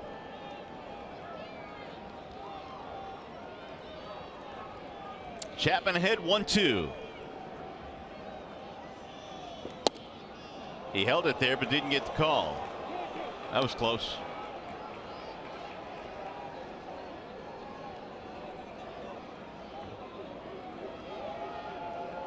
Chapman, one of 3 pitchers to have at least 20 saves in each of the last 6 years. Kenley Jansen, Craig Kimbrell, the other 2. He had 22 of them last year.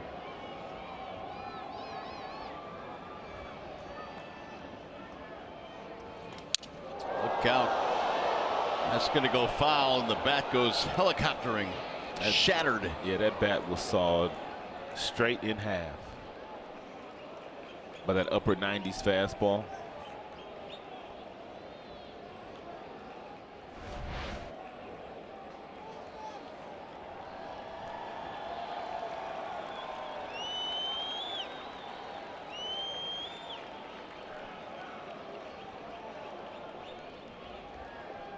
That jagged edge, man, that makes you really worried once he gets back into the seats. And he missed again, 3-2. Kennedy doing what he does best, work the count. That's the best fastball that Chapman has thrown since entering the contest. That one registered 99. Get on base for Cabrera. He's waiting on deck.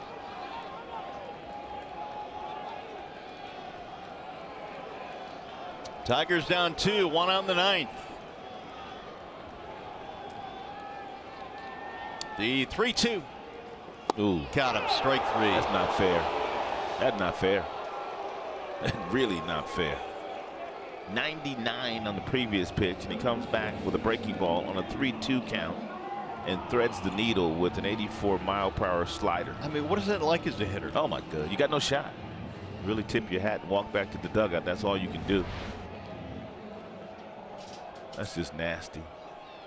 And it's a perfect pitch. So 2 outs. Here is Cabrera, the last chance now for the Tigers.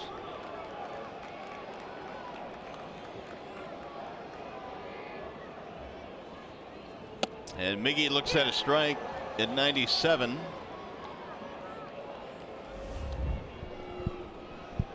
Tigers got to a pair of pretty good relievers in this game. They got to Robertson. They got to Betances.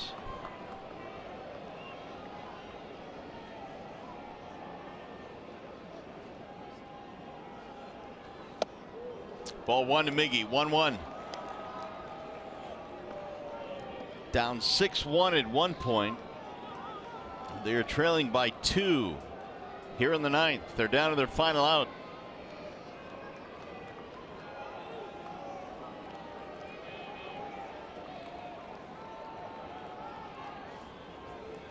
Outside, 2-1.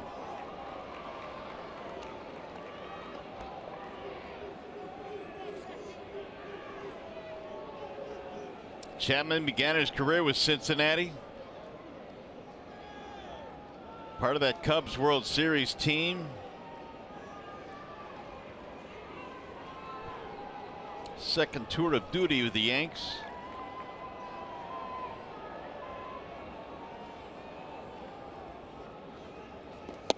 Ooh, that would have had some hair on it. 97 right at the knees of Cabrera.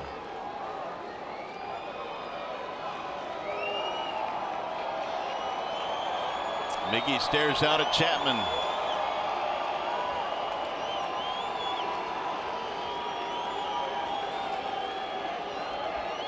Two and 2.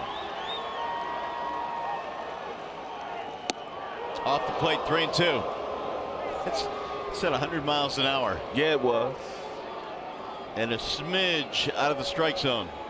He wouldn't throw Miggy a backdoor breaking ball slider, would he, like he did to Jamer? I don't know.